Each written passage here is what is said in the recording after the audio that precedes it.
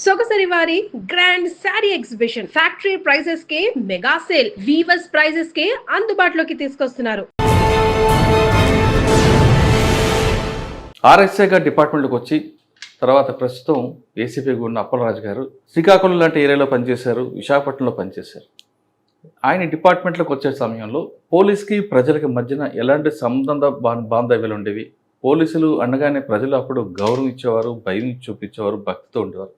ఇప్పుడు అది ఉందా లేదా అనే విషయాలతో పాటు ప్రజలకి దగ్గర అవ్వాలంటే, పోలీస్ ఇమేజ్ పెంచాలంటే పోలీసులు ఏం చేయాలి, అదేవిధంగా పోలీసుల పట్ల ప్రజలు కూడా ఒక గౌరవంతో కానీ ఒక భక్తితో ఉండాలంటే పోలీసు ప్రవర్తన ఎలా ఉండాలి అనే విషయాల్ని సార్ని తెలుసుకుందాం. సార్ నమస్తే.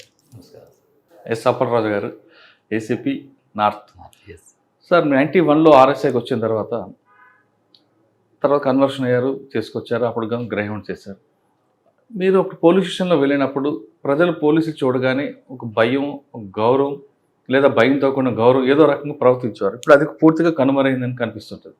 దానికి కారణం సొసైటీలో మార్పు అనుకోవచ్చా, లేదా పోలీసుల ప్రవర్తన మారింది అనుకోవాలా అనే విషయంతో పాటు ఇంకా పెరగాలంటే ఏం చేయాలి?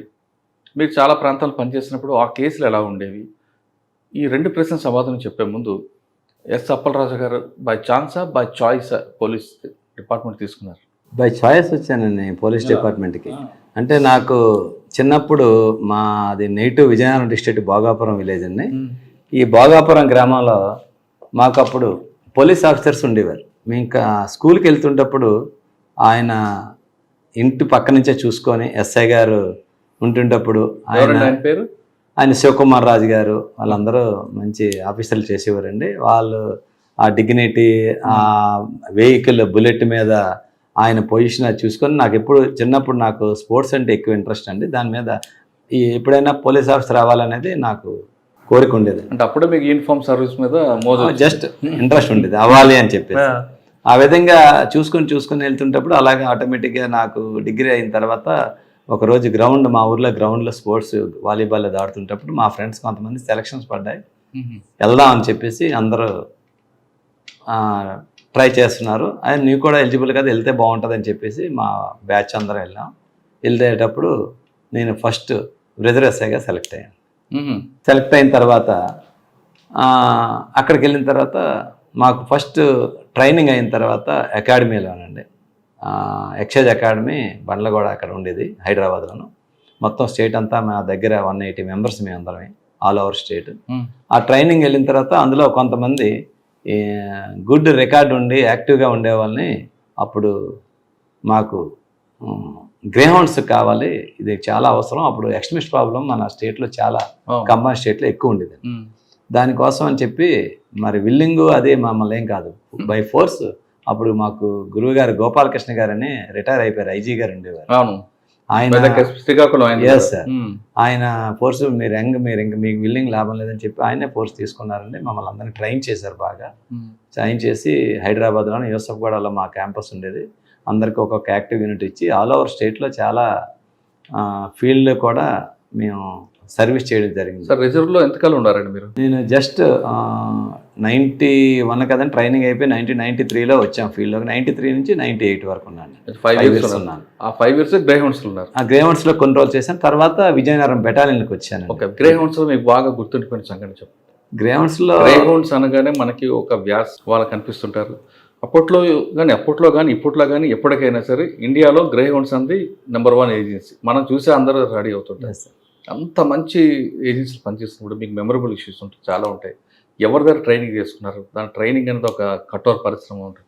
మాకు అప్పుడు అహులవాలియా గారని ఐజీ గారు ఉండేవారండి, చీఫ్ అండ్ ఆయన. మాకు అప్పుడు భాటియా గారు కూడా ఉండేవారు, వినయ్ రంజన్ రాయ్ గారు, మనకు అనురాగ్ శర్మ గారు గ్రూప్ కమాండర్స్గా ఉండారు. మాకు కన్సల్టెంట్గా డాక్టర్ భాటి గారు అని చెప్పేసి నార్త్ ఇండియాన ఒక రిటైర్డ్ ఆఫీసరు, చాలా జెంటిల్మ్యాన్.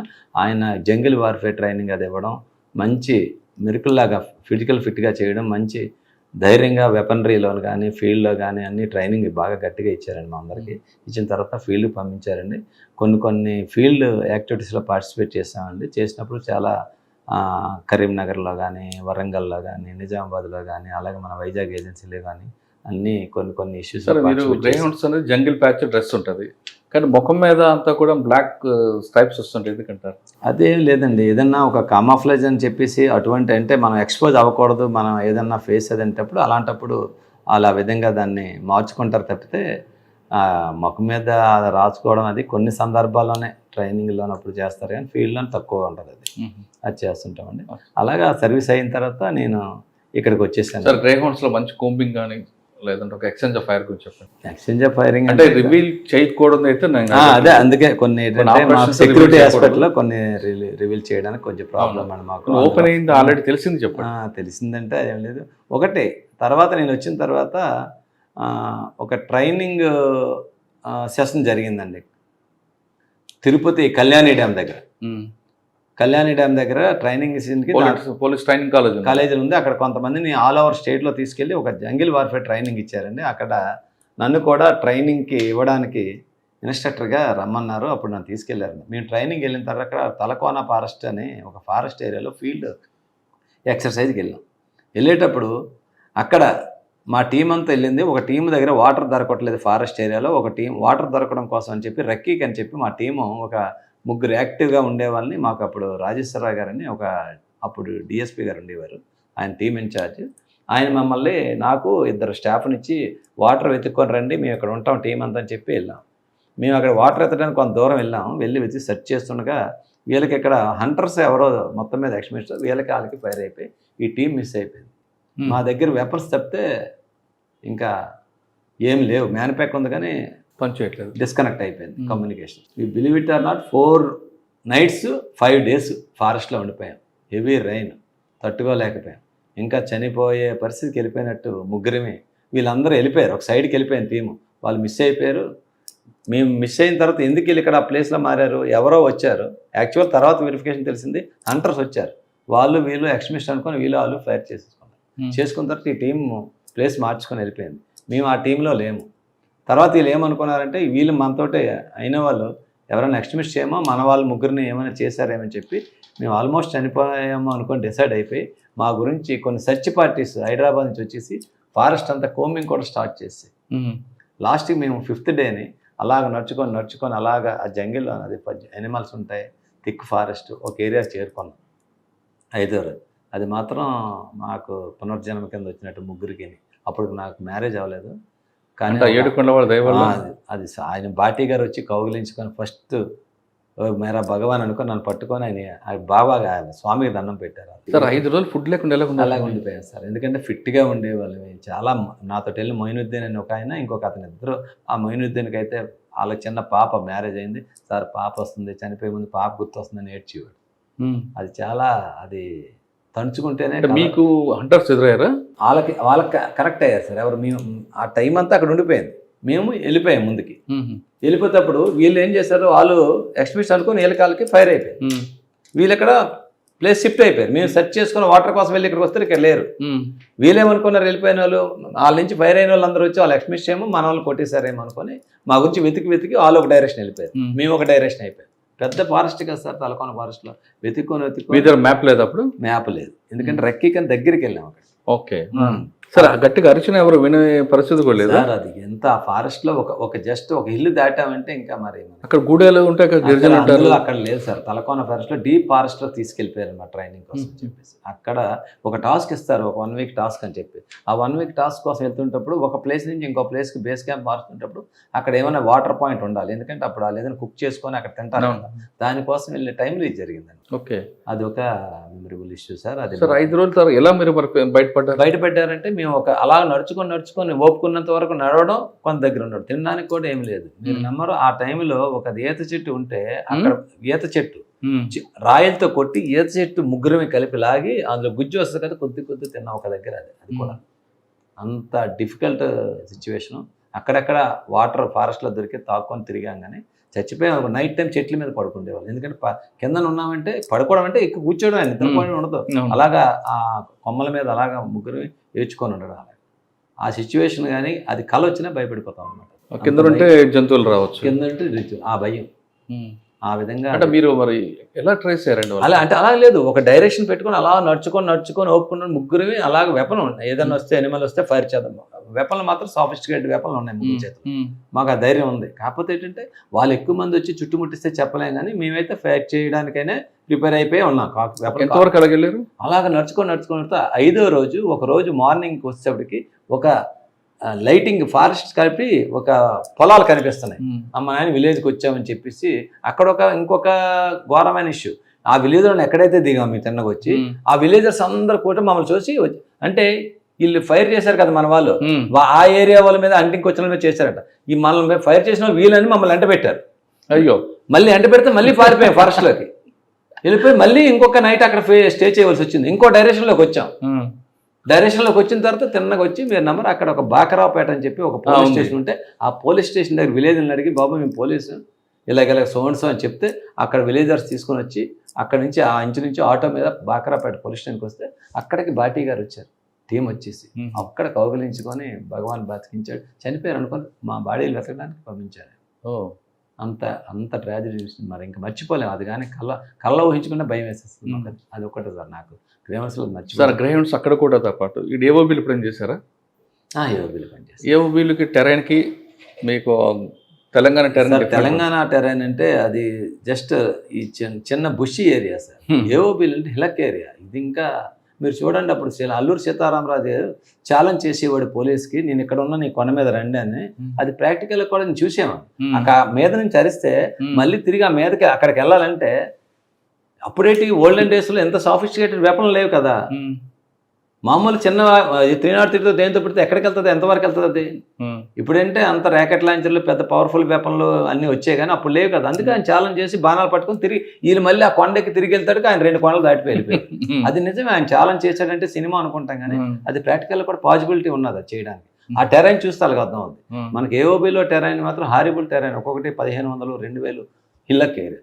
అది తెలంగాణ అంతా చిట్టాడు వాళ్ళు అంటారు. చిన్న చిన్న గొట్టలు ఉంటాయి, దిగిపోతాం, చిన్న చిన్న బుషి ఏరియా.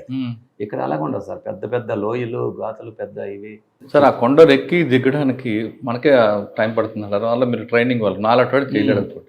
కానీ అక్కడ ఆదివాసులు గిరిజనులు ఎలాగ ఉండేవారండి సార్? అది నిజంగా సార్. మనం అనుకుంటాం మా దగ్గర ఒక 15-20 కేజీలు హవర్ శాక్ పట్టుకొని ఇంత ట్రైన్ వేసుకొని ఒక వెపన్ పట్టుకొని వెళ్తుంటే మనం అలాగ అంటుంటాం. వాళ్ళు ఏంటంటే సార్ పెద్ద కర్రల్లో మూటలు పట్టుకొని పెద్ద పెద్ద కొండలు ఒక కాలు ఇలా వేస్తుంటే మనం ఎక్కలేము, ఒక స్టెప్ అలాగే ఎక్కి పట్టా ఎక్కెళ్తాం. బికాజ్ ఆఫ్ వాళ్ళు ఏంటంటే పుట్టిన దగ్గర నుంచి ఆ టెరైన్ మీద అలవాటు పడిపోతుంది. ఆ శరీరం కూడా దానికి కష్టం అయిపోతుంది. ఇంకా అందువల్ల వాళ్ళు చేయగలుగుతున్నారని చెప్పి నేను చూసేవాడిని సార్. ఏఓబీలో ఉన్నప్పుడు భూమికి ఎప్పుడైనా ఎక్స్చేంజ్ ఆఫ్ ఫైర్ జరిగాయి? ఏఓబీలోనూ పార్టిసిపేట్ చేయలేదు సార్. భూమికి వెళ్ళడమే కానీ నాకు ఎప్పుడు ఫేస్ అవ్వలేదు అలా. ఓకే, తర్వాత ఎప్పుడు వచ్చారు సివిల్లో? నేను 98లో వచ్చేసాను సార్ లా అండ్ ఆర్డర్కి. వచ్చిన తర్వాత నాకు నిజంగా అప్పుడు రావడానికి, నేను ఇక్కడికి రావడానికి కూడా కారణం ఒక ఇష్యూ చెప్తాను మీకు. ఆ ఇష్యూ వల్లే నేను ఇక్కడికి వచ్చాను. నేను ఇక్కడ రిజర్వ్ ఎస్ఐగా ఉండేటప్పుడు ఒక స్పెషల్ పార్టీ అని చెప్పేసి అప్పుడు మాకు డీజీపీ హెచ్జే దొరగారు ఉండేటప్పుడు మాకు రాజారత్న నాయుడు గారు అని ఒక ఆయన ఉండేవారు. మాకు అప్పుడు కమాండెంట్ శ్రీకాకుళం. అప్పుడు శ్రీకాకుళం ఎస్పీ పూర్ణచంద్రరావు గారు అని ఆయన ఎస్పీ గారు ఉండేవారు. వీళ్ళందరూ కలిపి ఇప్పుడు ఎక్స్ట్రీమిజం బాగా ఎఫెక్టివ్గా ఉందని చెప్పేసి మంచి మాకు అక్కడ ట్రైనింగ్ నాకు ఎక్స్పీరియన్స్ ఉంది కాబట్టి నాకు ఒక టీం పెట్టినారు. అక్కడ కంబిరిగాం అని కాళేశీపొగ దగ్గర పలాస్ దగ్గర ఒక విలేజ్ ఉంది. కంబిరిగాం గనియా ఎర్రయ్య అని చెప్పేసి ఒక పెద్ద మోతిబరి రైతు ఉన్నాడు. ఆ స్టోరీ చెప్తాను. ఆయనకి ఆ పక్క ఫ్యామిలీకి ఇష్యూ వచ్చి అక్కడ ఆ పక్క ఫ్యామిలీ అతను నక్సలైట్లో చేరిపోయాడు. ఈ ఎర్రాయననే ఆ గ్రామ పెద్దనే మోతిబరిని చంపించడానికి జమీందారీ ఫ్యామిలీ అంటారు ఆయన. పలాస్ కాశీబొగ్గ పోలీస్ స్టేషన్లో కంబిరిగాం విలేజ్, అదే నీలిభద్ర అని విలేజ్. నీలిభద్ర విలేజ్లో అక్కడ ఆయన దగ్గర పికెట్ వేస్తారు. ఆయన అప్పుడు మనకి హెచ్జే దొరగారికి కూడా సమ్ డిస్టెంట్ రిలేషన్ ఉంది అంటారు ఆయన్ని. ఆయన దగ్గర వేస్తే అక్కడికి పికెట్ మీద అటాక్ అయిపోయింది. పికెట్ ఉండి ఆయన్ని పోలీసు ఉంటుండగా అటాక్ చేయడానికి వాళ్ళ ఇంటి మీద అటాక్ చేశారు. అది ఒరిస్సా బార్డర్లో ఉంటుంది ఆ విలేజ్. ఇంటి మీదకి అటాక్ చేస్తే అక్కడ మా పాపారావు అని ఒక హెడ్ కానిస్టేబుల్ కూడా చనిపోయాడు అటాక్లో. కానీ వాళ్ళ టార్గెట్ మిస్ అయి పారిపోయాడు. మన్మథరావు ఆయన గనియా ఎర్రయ్య కొడుకు మన్మథరావు అని చెప్పి తప్పించి పారిపోయాడు. పారిపోతే ఆ టైంలో ఇమీడియట్గా మా టీమ్స్ అన్నీ కూడా ఏ డైరెక్షన్లో వెళ్ళాలని మా సీనియర్ ఆఫీసర్స్ ప్లాన్ చెప్పారు, వెళ్ళాం. నేను వెళ్ళే టీము నాకు ఇచ్చింది బిగ్ టాస్క్ ఇచ్చారు. అంటే maximum there is a possibility, ఇక్కడ అటాక్ ఇచ్చారు కాబట్టి వీళ్ళు ఇంత గంటకి ఇంత నడగలరు కాబట్టి ఈ టైం అవుతుంది కాబట్టి మీరు ఈ టైంకి వెళ్తే మీకు దొరకడానికి ఛాన్సెస్ ఉన్నాయని చెప్పి మమ్మల్ని ఒరిస్సా వైపు నుంచి తీసుకొని వచ్చి నా టీంని అటు పంపించారు. ఎక్కడ పాయింట్, ఎగ్జిట్ పాయింట్ ఎక్కడ? అటు సైడ్ పర్లాకిమిడి వైపు నుంచి 2 hours అటు నుంచి ఇటు వచ్చాను. ఎందుకంటే వీళ్ళు ఆంధ్రాలో అటాక్ ఇచ్చి 2 hours ఒడిసా వైపు వెళ్ళిపోతాను. అవును, మేము అటు నుంచి వస్తే అంటే మాకు మ్యాప్ ఉంటుంది, మాకు కంపాస్ ఉంటుంది, డైరెక్షన్ ఉంటుంది సార్. వీళ్ళు పాజిబిలిటీ ఇటు ఉన్నదని చెప్పి అక్కడ పంపిస్తే అక్కడ తెల్లవారుజాము 2-3 అప్పుడు అటాక్ అయింది. మాకు అక్కడికి వెళ్ళేటప్పటికి 9-10 అప్పటికి మార్నింగ్ ఆ పార్టీకి మాకు అటాక్ అయింది. కరెక్ట్గా గెస్ చేశారు.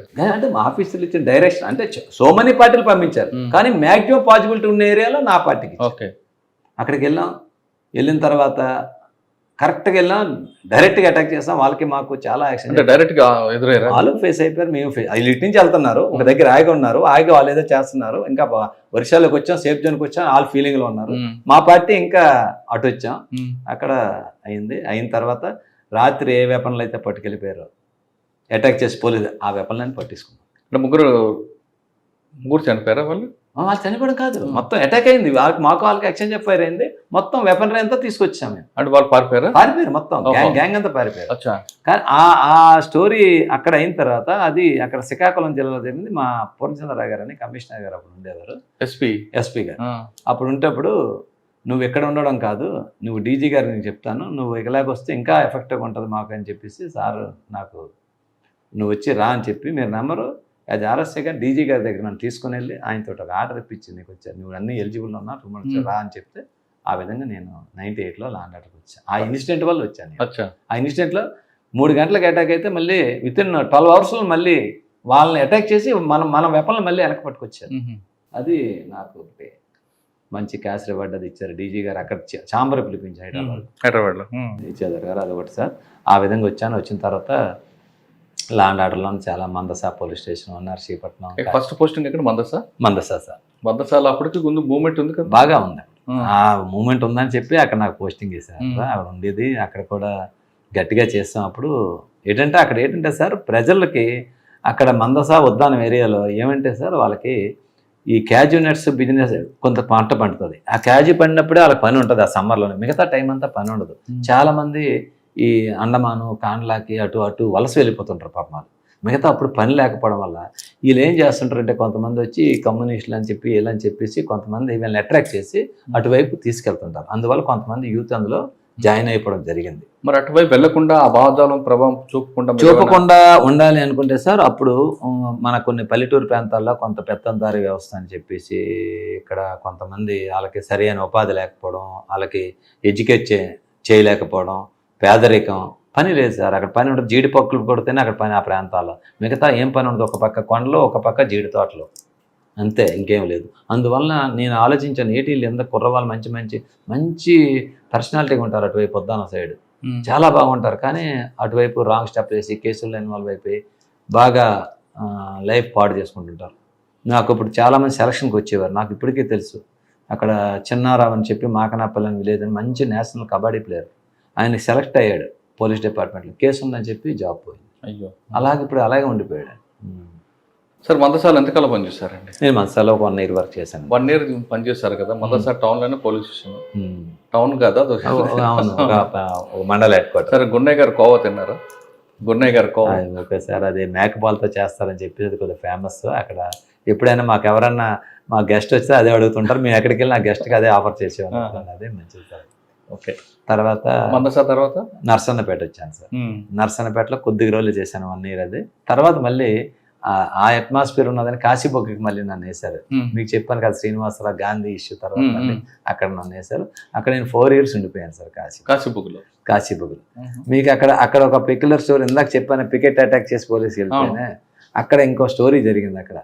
అక్కడ గనియా ఎర్రయ్య అని చెప్పేసి ఒక పెద్ద ఆయన ఉండేవాడు, పక్కనే సిగులపల్లి ఆదినారాయణ అని చెప్పేసి ఇద్దరు ఒకే ఊరు, నీలిభద్ర గ్రామం, పలాస మండలం నీలిభద్ర గ్రామంలో గనియా ఎర్రయ్య అని ఒక పెద్ద కుటుంబం.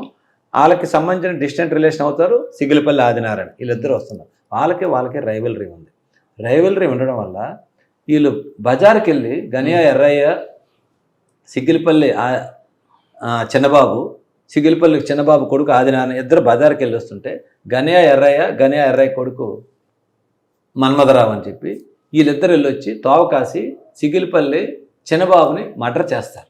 సిగిలిపల్లి చిన్నబాబు తండ్రి మర్డర్ అయినప్పుడు కొడుకు ఆదినారాయణ చాలా చిన్నవాడు అయినప్పుడు ఎంత వేడుకున్నా వీళ్ళు వదలలేదు, అక్కడ చంపేశారు.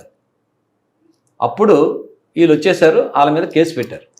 ఈ ఆదినారాయణ అనేవాడు అలాగలాగా అప్పటికి ఆయనకి 12 సంవత్సరాలు ఎంత, అక్కడ వాళ్ళ ఊరు నుంచి బ్రాహ్మణతర్లని ఒక విలేజ్కి వెళ్ళడానికి నడుచుకొని బజార్కి వెళ్ళి తెచ్చుకుని తోవలో వాళ్ళకి మట్టి రోడ్లో అయిందనమాట 2 గ్రామాల మధ్యలో.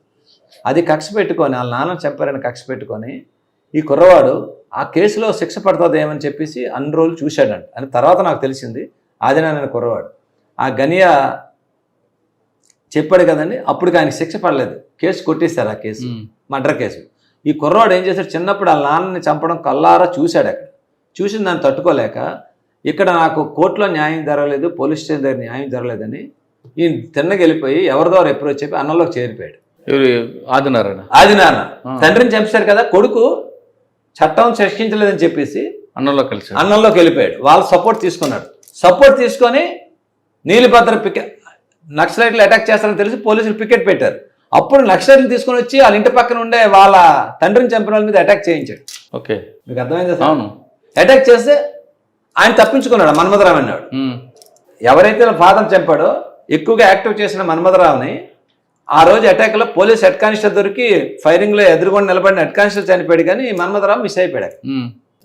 వీళ్ళందరూ నక్సలైట్ తీసుకుని వెళ్ళి అటాక్ చేసినా ఆయనకి సక్సెస్ అవ్వలేదు. అందరూ సక్సెస్ అవ్వకపోవడం వల్ల ఏం చేశాడు, మళ్ళీ నక్సలైట్లో ఉండి మరి ఇంకా లాభం లేదని చెప్పేసి అప్పుడు అందులో కేసు అయింది ఈయన కూడా మళ్ళీ బయటకు వచ్చాడు. బయటకు వచ్చేసి వీళ్ళు రిలేషన్ అవుతారు. ఎవరైతే ఫాదర్ని చంపాడో, అంటే ఫాదర్ చంపినా వీళ్ళ ఫాదర్ చనిపోయాడు ఎర్రయ్య, కానీ వాళ్ళ కొడుకు ఉన్నాడు. ఆ కొడుకే వాళ్ళ నాన్న, వాళ్ళ నాన్న ఈ కొడుకు ఉన్నారు, ఈ చనిపోయిన నాన్న ఈ కొడుకు ఉన్నారు. వాళ్ళ ఫాదర్ జనరల్గా చనిపోయాడు, వీళ్ళ ఫాదర్ ఏమో మర్డర్లో చనిపోయాడు. ఎప్పుడైతే నక్సలైట్లు ఇచ్చి ఈయన చంపడానికి వెళ్ళాడో ఆడు దొరకలే, మిస్ అయిపోయాడు. వీడు మళ్ళీ నక్సలైట్ల నుంచి మళ్ళీ లొంగిపోయి వచ్చేసి జనజీవన శ్రమంతో కలిసి వీళ్ళ బావ అవుతాడు ఆయనకి, బంధువు అని పిలుచుకొని వీళ్ళిద్దరు కలిసి ఫ్రెండ్ అయిపోయినట్టు కలిసి మరింత పాచకక్షలు వలిసాం, కలిసి తిరిగేవాడు. మీరు చూడండి అక్కడ. అప్పుడు నేను మళ్ళీ ఎస్ఐకి వెళ్ళాను అక్కడికి, కాశీబుక్ ఎస్ఐగా ఉండేటప్పుడు ఒకరోజు ఈ మన్మథరావు వాళ్ళ ఫ్యామిలీ వాళ్ళు ఫోన్ చేశారు, సార్ మన్మథరావు రాత్రి నుంచి ఇంటికి రాలేదు, ఎక్కడ ఉన్నాడో తెలియట్లేదు. రాత్రి నుండి రావడం బట్టి ఇప్పుడు ఆదినారాయణ ఈయన కలిసే తిరుగుతున్నారు కదా, బండి మీద ఎప్పుడు కాశీబుక్ రావడం ఫ్రెండ్స్తో తిరగడం వెళ్ళిపోయాడు.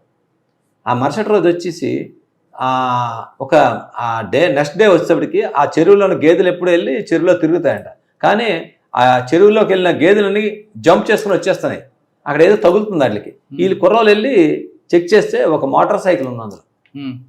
మోటార్ సైకిల్ చూసేసరికి బయటికి లాగారు మోటార్ సైకిల్. సార్ ఇది మన్మథరావు మోటార్ సైకిల్ అని ఉంది. మాకు ప్రాబ్లం కదా, అరే మన్మథరావు మోటార్ సైకిల్ ఉంటే అమ్మ ఏదో జరిగిందని చెప్పేసి ఈ ఆదినారాయణ ఉన్నాడా లేడని చూస్తాడికి ఈ అబ్స్కాండింగ్ మీకు డౌట్ వచ్చింది. అప్పుడు ఏమైందని చెప్తే అప్పుడు మొబైల్ ఫోన్లో లేక సార్ అది ఇది మీకు అప్పుడు నేను చెప్తుంది ఎప్పుడంటే 2004 ఓకే ఆ టైంలో. అప్పుడు శివధర్ రెడ్డి గారు మాకు ఎస్పీ గారు అయితే వెతుకుతుంటప్పుడు ఇంకేం చేయాలి లేదు, ఏదో ఉంటుంది ఇక్కడ ఏదో జరుగుతుందని చెప్పి అప్పుడు బాగా పొలాలు వరిసైన ఉడుపులు టైం అంటారు కదా, మనం నాట్లు వేస్తాం ఆ టైం. పొలాలు చెరువులన్నీ నుయ్యలన్నీ కూడా నిండిపోయి ఉన్నాయి. ఒక దగ్గర ఒక మనిషిని ఈడ్చినట్టు డ్రాగ్ మార్క్ ఉంది, ఒక ఈ పొలాలు నాట్లు వేసిన మళ్ళీ ఏదో జరిగింది. తిన్నగా అలాగా మా డాగులే వచ్చి తిన్నగా వెళ్తే ఆ నూతి దగ్గరికి వెళ్ళి ఆగింది. ఆ నూతి దగ్గరికి వెళ్ళి ఆగితే మొత్తం నీరంతా తోడిపించేస్తారు. వచ్చేస్తాను 2 ఇంజన్లు పెట్టించా, మొత్తం మీద తోడిపిస్తే అక్కడ తీసుకెళ్ళి వెళ్తే అక్కడ తల లేదు, కాళ్ళు లేవు, చేతులు లేవు, ఓన్లీ మొండేమో గోనికి చుట్టి గోన్లో రాయి పెట్టి ఉన్నది. మొత్తం మీద బయట ఇలా చూస్తాడికి తల లేదు, కాళ్ళు లేవు, చేతులు ఒక మొండెం ఒకటే. ఆశ్చర్యపోయాం, అర్థమైంది. ఎందుకంటే బాడీ మీద ఆయన పుట్టిమచ్చలు వచ్చేసి వాళ్ళ ఊరు పక్కనే మళ్ళీ నీలిభద్ర, ఆ మన్మథరావే ఎవరైతే నక్సలైట్లు దీన్ని తప్పించుకున్నాడో ఆ మన్మథరావు తాలూకు ఇది. అదొక పెక్యులర్ స్టోరీ. ఎప్పుడు నేను అది చూడలేదు. మా డిపార్ట్మెంట్ చాలామంది దాని మీద ఎలా ఇంక్వెస్ట్ చేయాలి, మొండంకి ఎలా ఇంక్వెస్ట్ చేయాలని లీగల్గా కన్సల్ట్ చేసాం. అది అయిపోయి మొండాన్ని పోస్ట్ మార్టం పంపించాం. తర్వాత ఇంకో నుయ్యలు అలా చేసాం. ఒక నూతిలో చెయ్యలు దొరికాయి, ఇంకో నుయ్యిలో చూస్తే కాళ్ళు దొరికాయి, ఒక నుయ్యిలో హెడ్ దొరికింది. అది మాకు 5-6 రోజులు పట్టింది ఇవన్నీ. ఒక్కొక్క రోజు అంటే ఒక డెడ్ బాడీ దొరికితే ఒక రోజు ఇంక్వెస్ట్ చేసి పోస్ట్ మార్టం చేపిస్తాం. అలాగా ఒక్కొక్క పార్టీకి ఒక్కొక్కటి చేసుకెళ్ళాం ఆ రోజు ఆ కేసులో. ఎందుకండి రకరకాల అంటే ఒక కక్షగా చంపారనమాట. అంటే వాళ్ళు చిన్నప్పుడు చూసి చెప్పానే, వాళ్ళ ఫాదర్ని తోవలో వస్తుంటప్పుడు ఈడు వేడుకున్నా ఏడ్చినా వదలకుండా ఈయన చంపించాడని కోపం ఈ ఆదినారాయణ అతనికి. మళ్ళీ ఈయన వదలకూడదని చెప్పి ప్రాణం తెగించి నక్సలైట్లు కలిసి అటాక్ చేయించాడు చంపుదాన్ని. అప్పుడు కూడా ఫెయిల్ అయింది. ఇంకా ఆడ కక్ష ఇంకా తీరలేదు. తీరకుండా బయటకు వచ్చేసి వీడికి సరెండర్ అయిపోయినట్టు మనం కలిసిపోయిన బంధువులు కదా ఇంక మీకు మాకు లేవని 1 సంవత్సరం పాటు వీడితోటి కలిసి స్నేహంగా తిరిగాడు. తిరిగి ఒకరోజు రాత్రి ప్లాన్ చేసి వాడిని ఈ విధంగా బ్రోటల్గా కిల్ చేశారు. దొరికాడు తర్వాత అక్కడికి వెళ్ళి పట్టుకున్న తర్వాత మాకు అప్పుడు హనుమంత్ అప్పయ్యదర్ గారని ఒక ఎమ్మెల్యే గారు, డాక్టర్ గారు కూడా కదా, ఆయన లాయర్ సార్, ఆయన ఫేమస్ క్రిమినల్ అడ్వకేట్. అప్పుడు వీడి గురించి చదువుతున్నాం, ఎక్కడ దొరకలేదు. ఒక అతను నాకు సలహా ఇచ్చాడు, ఎస్ఐ గారు మీరు ఇలా తిరగడం కాదండి, ఆడు చాలా వెళ్ళిపోయాడు, మీకు ఎందుకన్నా మంచిది దొరగారికి మీరు వెళ్ళి అడగండి, ఎందుకంటే ఆ ప్రాంతం అందరూ ఏదొచ్చినా ఆయన్ని అడ్వకేట్ కమ్మ పొలిటికల్ నాయకుడైనా ఎమ్మెల్యే కమ్మ క్రిమినల్ అడ్వకేట్, మీకు ఆయన ఏదన్నా ఉంటే చెప్తాడండి అన్నాడు. నేను వెళ్తేప్పటికి ఆయన నన్ను చూసి బాబు రా కూర్చొని వేసాను, నవ్వాడు ఆయన. సార్ ఏం లేదు ఎలాగంటే ఏం లేదు బాబు, ఆడు మీకు తెలియదు, అందుకు తొగమంతా మీకు తెలుసు కదా, ఎందుకు అనవసరంగా ఫస్ట్ నుంచి ఆ గొడవలు పడ్డారు, అనవసరంగా 2 కుటుంబాలు పాడైపోయి అని మాట్లాడు. సార్ అదేం లేదు అంటే మీకేమన్నా, నాకు లేదు బాబు ఎలాగ వస్తాడు, లేదు సార్ కొంచెం చూడండి దొరకట్లేదు. ఆయన లాస్ట్కి అంటే నేనంటే నిజంగా ఆయన మా సీనియర్ ఆఫీసర్ అప్పుడు సిఐ గారిని డిఎస్పీ గారిని ఆయన నమ్మేవాడు కాదు, కానీ నేనంటే ఆయన బాగా బిలీవ్ చేసేవాడు, నాకు పిలిచేవాడు. సార్ ఏం లేదు, నువ్వు ఒక మాట చెప్పు, నువ్వు ఆయన కొట్టనునంటే నాకు ఇప్పుడు లేడు, ఒక ల్యాండ్లైన్కి అయితే మనం మాట్లాడాడు, నాకు టచ్లోకి వస్తాడు, నేను చెప్తాను, కొట్టనని మీరు మాట ఇవ్వగలరా ఎస్ఐ గారు అని అడిగారు. సార్ నేను చెప్తాను సార్ అంటే నాకు మళ్ళీ భయం వేసింది, ఎందుకంటే మళ్ళీ ఎస్పీ గారు మాట్లాడు సార్ వచ్చి ఎందుకు ఆయన కొట్టడం, ఎందుకు మన ఇన్వెస్టిగేషన్ యాజ్ పర్ లా మనం చేసి పంపిస్తాం, ఓకే నువ్వు తీవండి. అప్పుడు ఆడు ఇంతకుముందు నక్సలైట్లో కలిసి వచ్చాడు, అది కూడా ఒక ట్రాజడీ. మీరు ఒక్కరే వెళ్ళాలి, మీరు ఒక్కరే వెళ్ళి పలానా జంక్షన్ దగ్గరికి వెళ్ళాలి, ఆడొచ్చి మీకు కలుస్తాడు ఆదినారాయణ, మీరు ఒక్కరు తీసుకురాలి. ఇటు ఆడే నక్సలైట్లు కలిపి వస్తాడు ఏదో వస్తాడని చెప్పి నేను వెనకాతలో 4 పెట్టుకుని ఒక పొలాల దగ్గరికి వెళ్ళి, ఎక్కడ శ్రీకాకుళం దగ్గర మనకి ఆర్చ్ ఉంటుంది, కొత్త బ్రిడ్జ్ ఆర్చ్ దగ్గర, అవును ఆర్చ్ దగ్గర అవతల రోడ్డు అవతల హైవే పక్కనే మీరు కారు ఏ నెంబర్లో ఆగుంటారో ముందు చెప్పమన్నారు ఈయనకి. ఎమ్మెల్యే గారు చెప్తే ఈయన చెప్పారు ఈ కారులో వస్తారు, ఆయన ఒక్కరే ఉంటారు, నువ్వు రా అని. మీరు నెంబర్ సార్ రాత్రి 7:30 అవుతుంది, ఆ లైటింగ్లో తిన్న కారు నడిచి వచ్చి నా కాలు పట్టించుకున్నాడు. అటు చెప్పాడు, ఎందుకు కాదు నన్ను ఎలా చేసామంటే, సార్ నేను చిన్నప్పుడు కాలు పట్టుకుంటాను, వాళ్ళ నాన్న ఆగాడు కానీ ఈడే మా నాన్న గొడ్డలతో నరికాడు సార్ మన్మథరావు. అప్పటి నుంచి నేను చేయకుండా మా అమ్మకాయ చూస్తుంటే నాకు ఏడుపు వచ్చేది సార్. వాళ్ళ మదర్ కూడా అండి, వాళ్ళు ఒక నిజంగా సినిమాలో చూస్తాం కదా, జడ కూడా వేయలేదు ఆవిడ. తర్వాత ఈడు మర్డర్ అయిన తర్వాత ఈడు తిరుపతికి వెళ్ళిపోయాడు, ఈడు ఎమ్మెల్యే గారితో మాట్లాడించుకొని తిరుపతి వెళ్ళిపోయాడు. వాళ్ళ మదర్ అప్పుడు జడ వేసుకున్నదంట ఆవిడ. అంత ఎన్ని సంవత్సరాలు పట్టింది చూడండి, దగ్గర 15 సంవత్సరాలు ఆ విధంగా ఫేస్ చేసి, చిన్నప్పుడు 10-12 సంవత్సరాలప్పుడు తండ్రి మర్డర్ చూసి 25-26 ఇయర్స్ వచ్చిన తర్వాత ఆ తండ్రిని చంపినవాడిని చంపాడు. అంటే పాము పాక కన్నా వీడికి ఎక్కువ ఉంది. చెప్పాడు, వచ్చి నాకు చెప్పాడు క్లియర్గా. అప్పుడు ఏం చేశాడు, ఎలా చంపావు చెప్పాడు. అప్పుడు నువ్వు దేంతో చంపావు, ఎడ్లు కట్టాడు, అవన్నీ కలిపి ఇంకో చెరువులు వేసాడు, అవి తోడించి మీరు చెప్పారా 6 చెరువులు తోడించారు. మీరు నమ్మరు, వర్షాకాలం నుయ్యిలు 6 ఒక పెద్ద చెరువులాగా ఉంటుంది, అందులో పడేసాడు. కత్తులు తప్పంచా ఒకటి వేప, అవి కూడా దొరికేసాయి. నిజంగా అది ఒకటి నాకు సాటిస్ఫై. ఆ కేసు చూశాక ఎలా చంపాడట, ఇంకొక పెక్యులర్ వీడికి ఒక ఫ్రెండ్ ఉన్నాడు, వాడొచ్చి మాకు ఇంక్వెస్ట్లను ఆడే ఒక పెద్ద మనిషిలా తిరిగాడు. ఎవడు ఈ మనిషిని చంపినాడే, ఈ 5 చేసినప్పుడు వాడే వీడికి ఆ ఊరోడు కాబట్టి ఫ్రెండ్ అంటాం సార్, అన్యాయం సార్. వీడికి ఫ్రెండ్, వీళ్ళిద్దరు ఫ్రెండ్స్ కదా, వీళ్ళిద్దరు కలిపి ఆడు ఉండేవాడు. మటర్ కేసులు కూడా ఉన్నాడు ఆడు మాకు పంచాయతీదారులుగా యాక్ట్ చేశాడు. మళ్ళీ చెప్పడం అదొక పెక్యులర్. మళ్ళీ తర్వాత ఆయన అరెస్ట్ చేసాం. వీడు వచ్చిన తర్వాత చెప్పాడు ఏమేమి జరిగింది, ఎవడు పట్టుకున్నాడు, ఎవడు ఆడు ఒప్పించుకున్నాడు జరిగిందని. అది ఒక కేసు. కానీ కరెక్ట్ మీరు మాట్లాడారు కదా సార్, చంపిన తర్వాత ఒక్కొక్క పార్ట్ ఒక్కొక్క నుయ్యిలో వేయడం, అది అంతా ఆడికి దొరకకూడదని రాయలు కట్టేసాడు సార్. ఆడు రాయలు కట్టేసి వేసాడు, కరెక్ట్ బాడీని మొత్తం వేయకుండా పార్ట్ కసి అలా చంపాలని చెప్పి నేను అడిగాం, ఎందుకు అంత మోటలుగా అంటే, సార్ ఇంకా ఆయన మామూలు చంపకూడదు సార్, మా నాన్నని మీకు తెలియదు సార్, నేను కాలు పట్టుకొని ఏడుస్తాను, కాలుతో తన్నేసాడు సార్, నేను పొలంలో తుల్లిపోయాను సార్. అప్పుడు ఆడు 12 సంవత్సరాల బాయ్. అప్పుడు సార్ ఇప్పుడు మీరు అడగలేపారా, ఇదే మన్మథరావు ఆదినారాయణని మన్మథరావు కొడుకు మళ్ళీ పొగ పెట్టుకున్నాడు. అదే నేను అడిగాను, ఆడు అన్నాడు సార్ మీరు చంపిస్తే చంపేయండి సార్, నేను వెంకటేశ్వర స్వామి దగ్గరికి వెళ్ళిపోయాను సార్, వెళ్ళిపోయాడు చెన్నై ఎక్కడికి వెళ్ళిపోదాం అనుకున్నాడట. అక్కడ తిరుపతిలో గుండు కొట్టించుకున్నాడు. తిరుపతి వెళ్ళిపోయి చెన్నై సైడ్ ఎక్కడ పనికి వలస వెళ్ళిపోదాం అనుకున్నాను సార్, ఇంకా నాకేముంది సార్, నాకు జీవితం లేదు ఇంకా అలాగా అనుకొని వెళ్ళిపోతే దొరగారు నీకేం అవ్వదు రా అని చెప్పి నాకు పిలిచారు సార్, మీ గురించి చెప్పారు సార్, కొట్టర్లేని కానీ అంటే వచ్చాను సార్, మీరు చంపేయండి సార్, తప్పు అన్నీ చెప్పారు సార్. తర్వాత కన్విక్షన్ వచ్చిందండి. ఆ కన్విక్షన్ అంటే కేసులో ఈలాలు మళ్ళీ కాంప్రమైజ్ అయిపోయారు. ఇప్పుడు ఉన్నాడు మన్మధరావు అన్నయ్య ఉన్నాడు తేజేశ్వరరావు అని చెప్పేసి. చౌదరి తేజేశ్వరరావు కాదు కదా?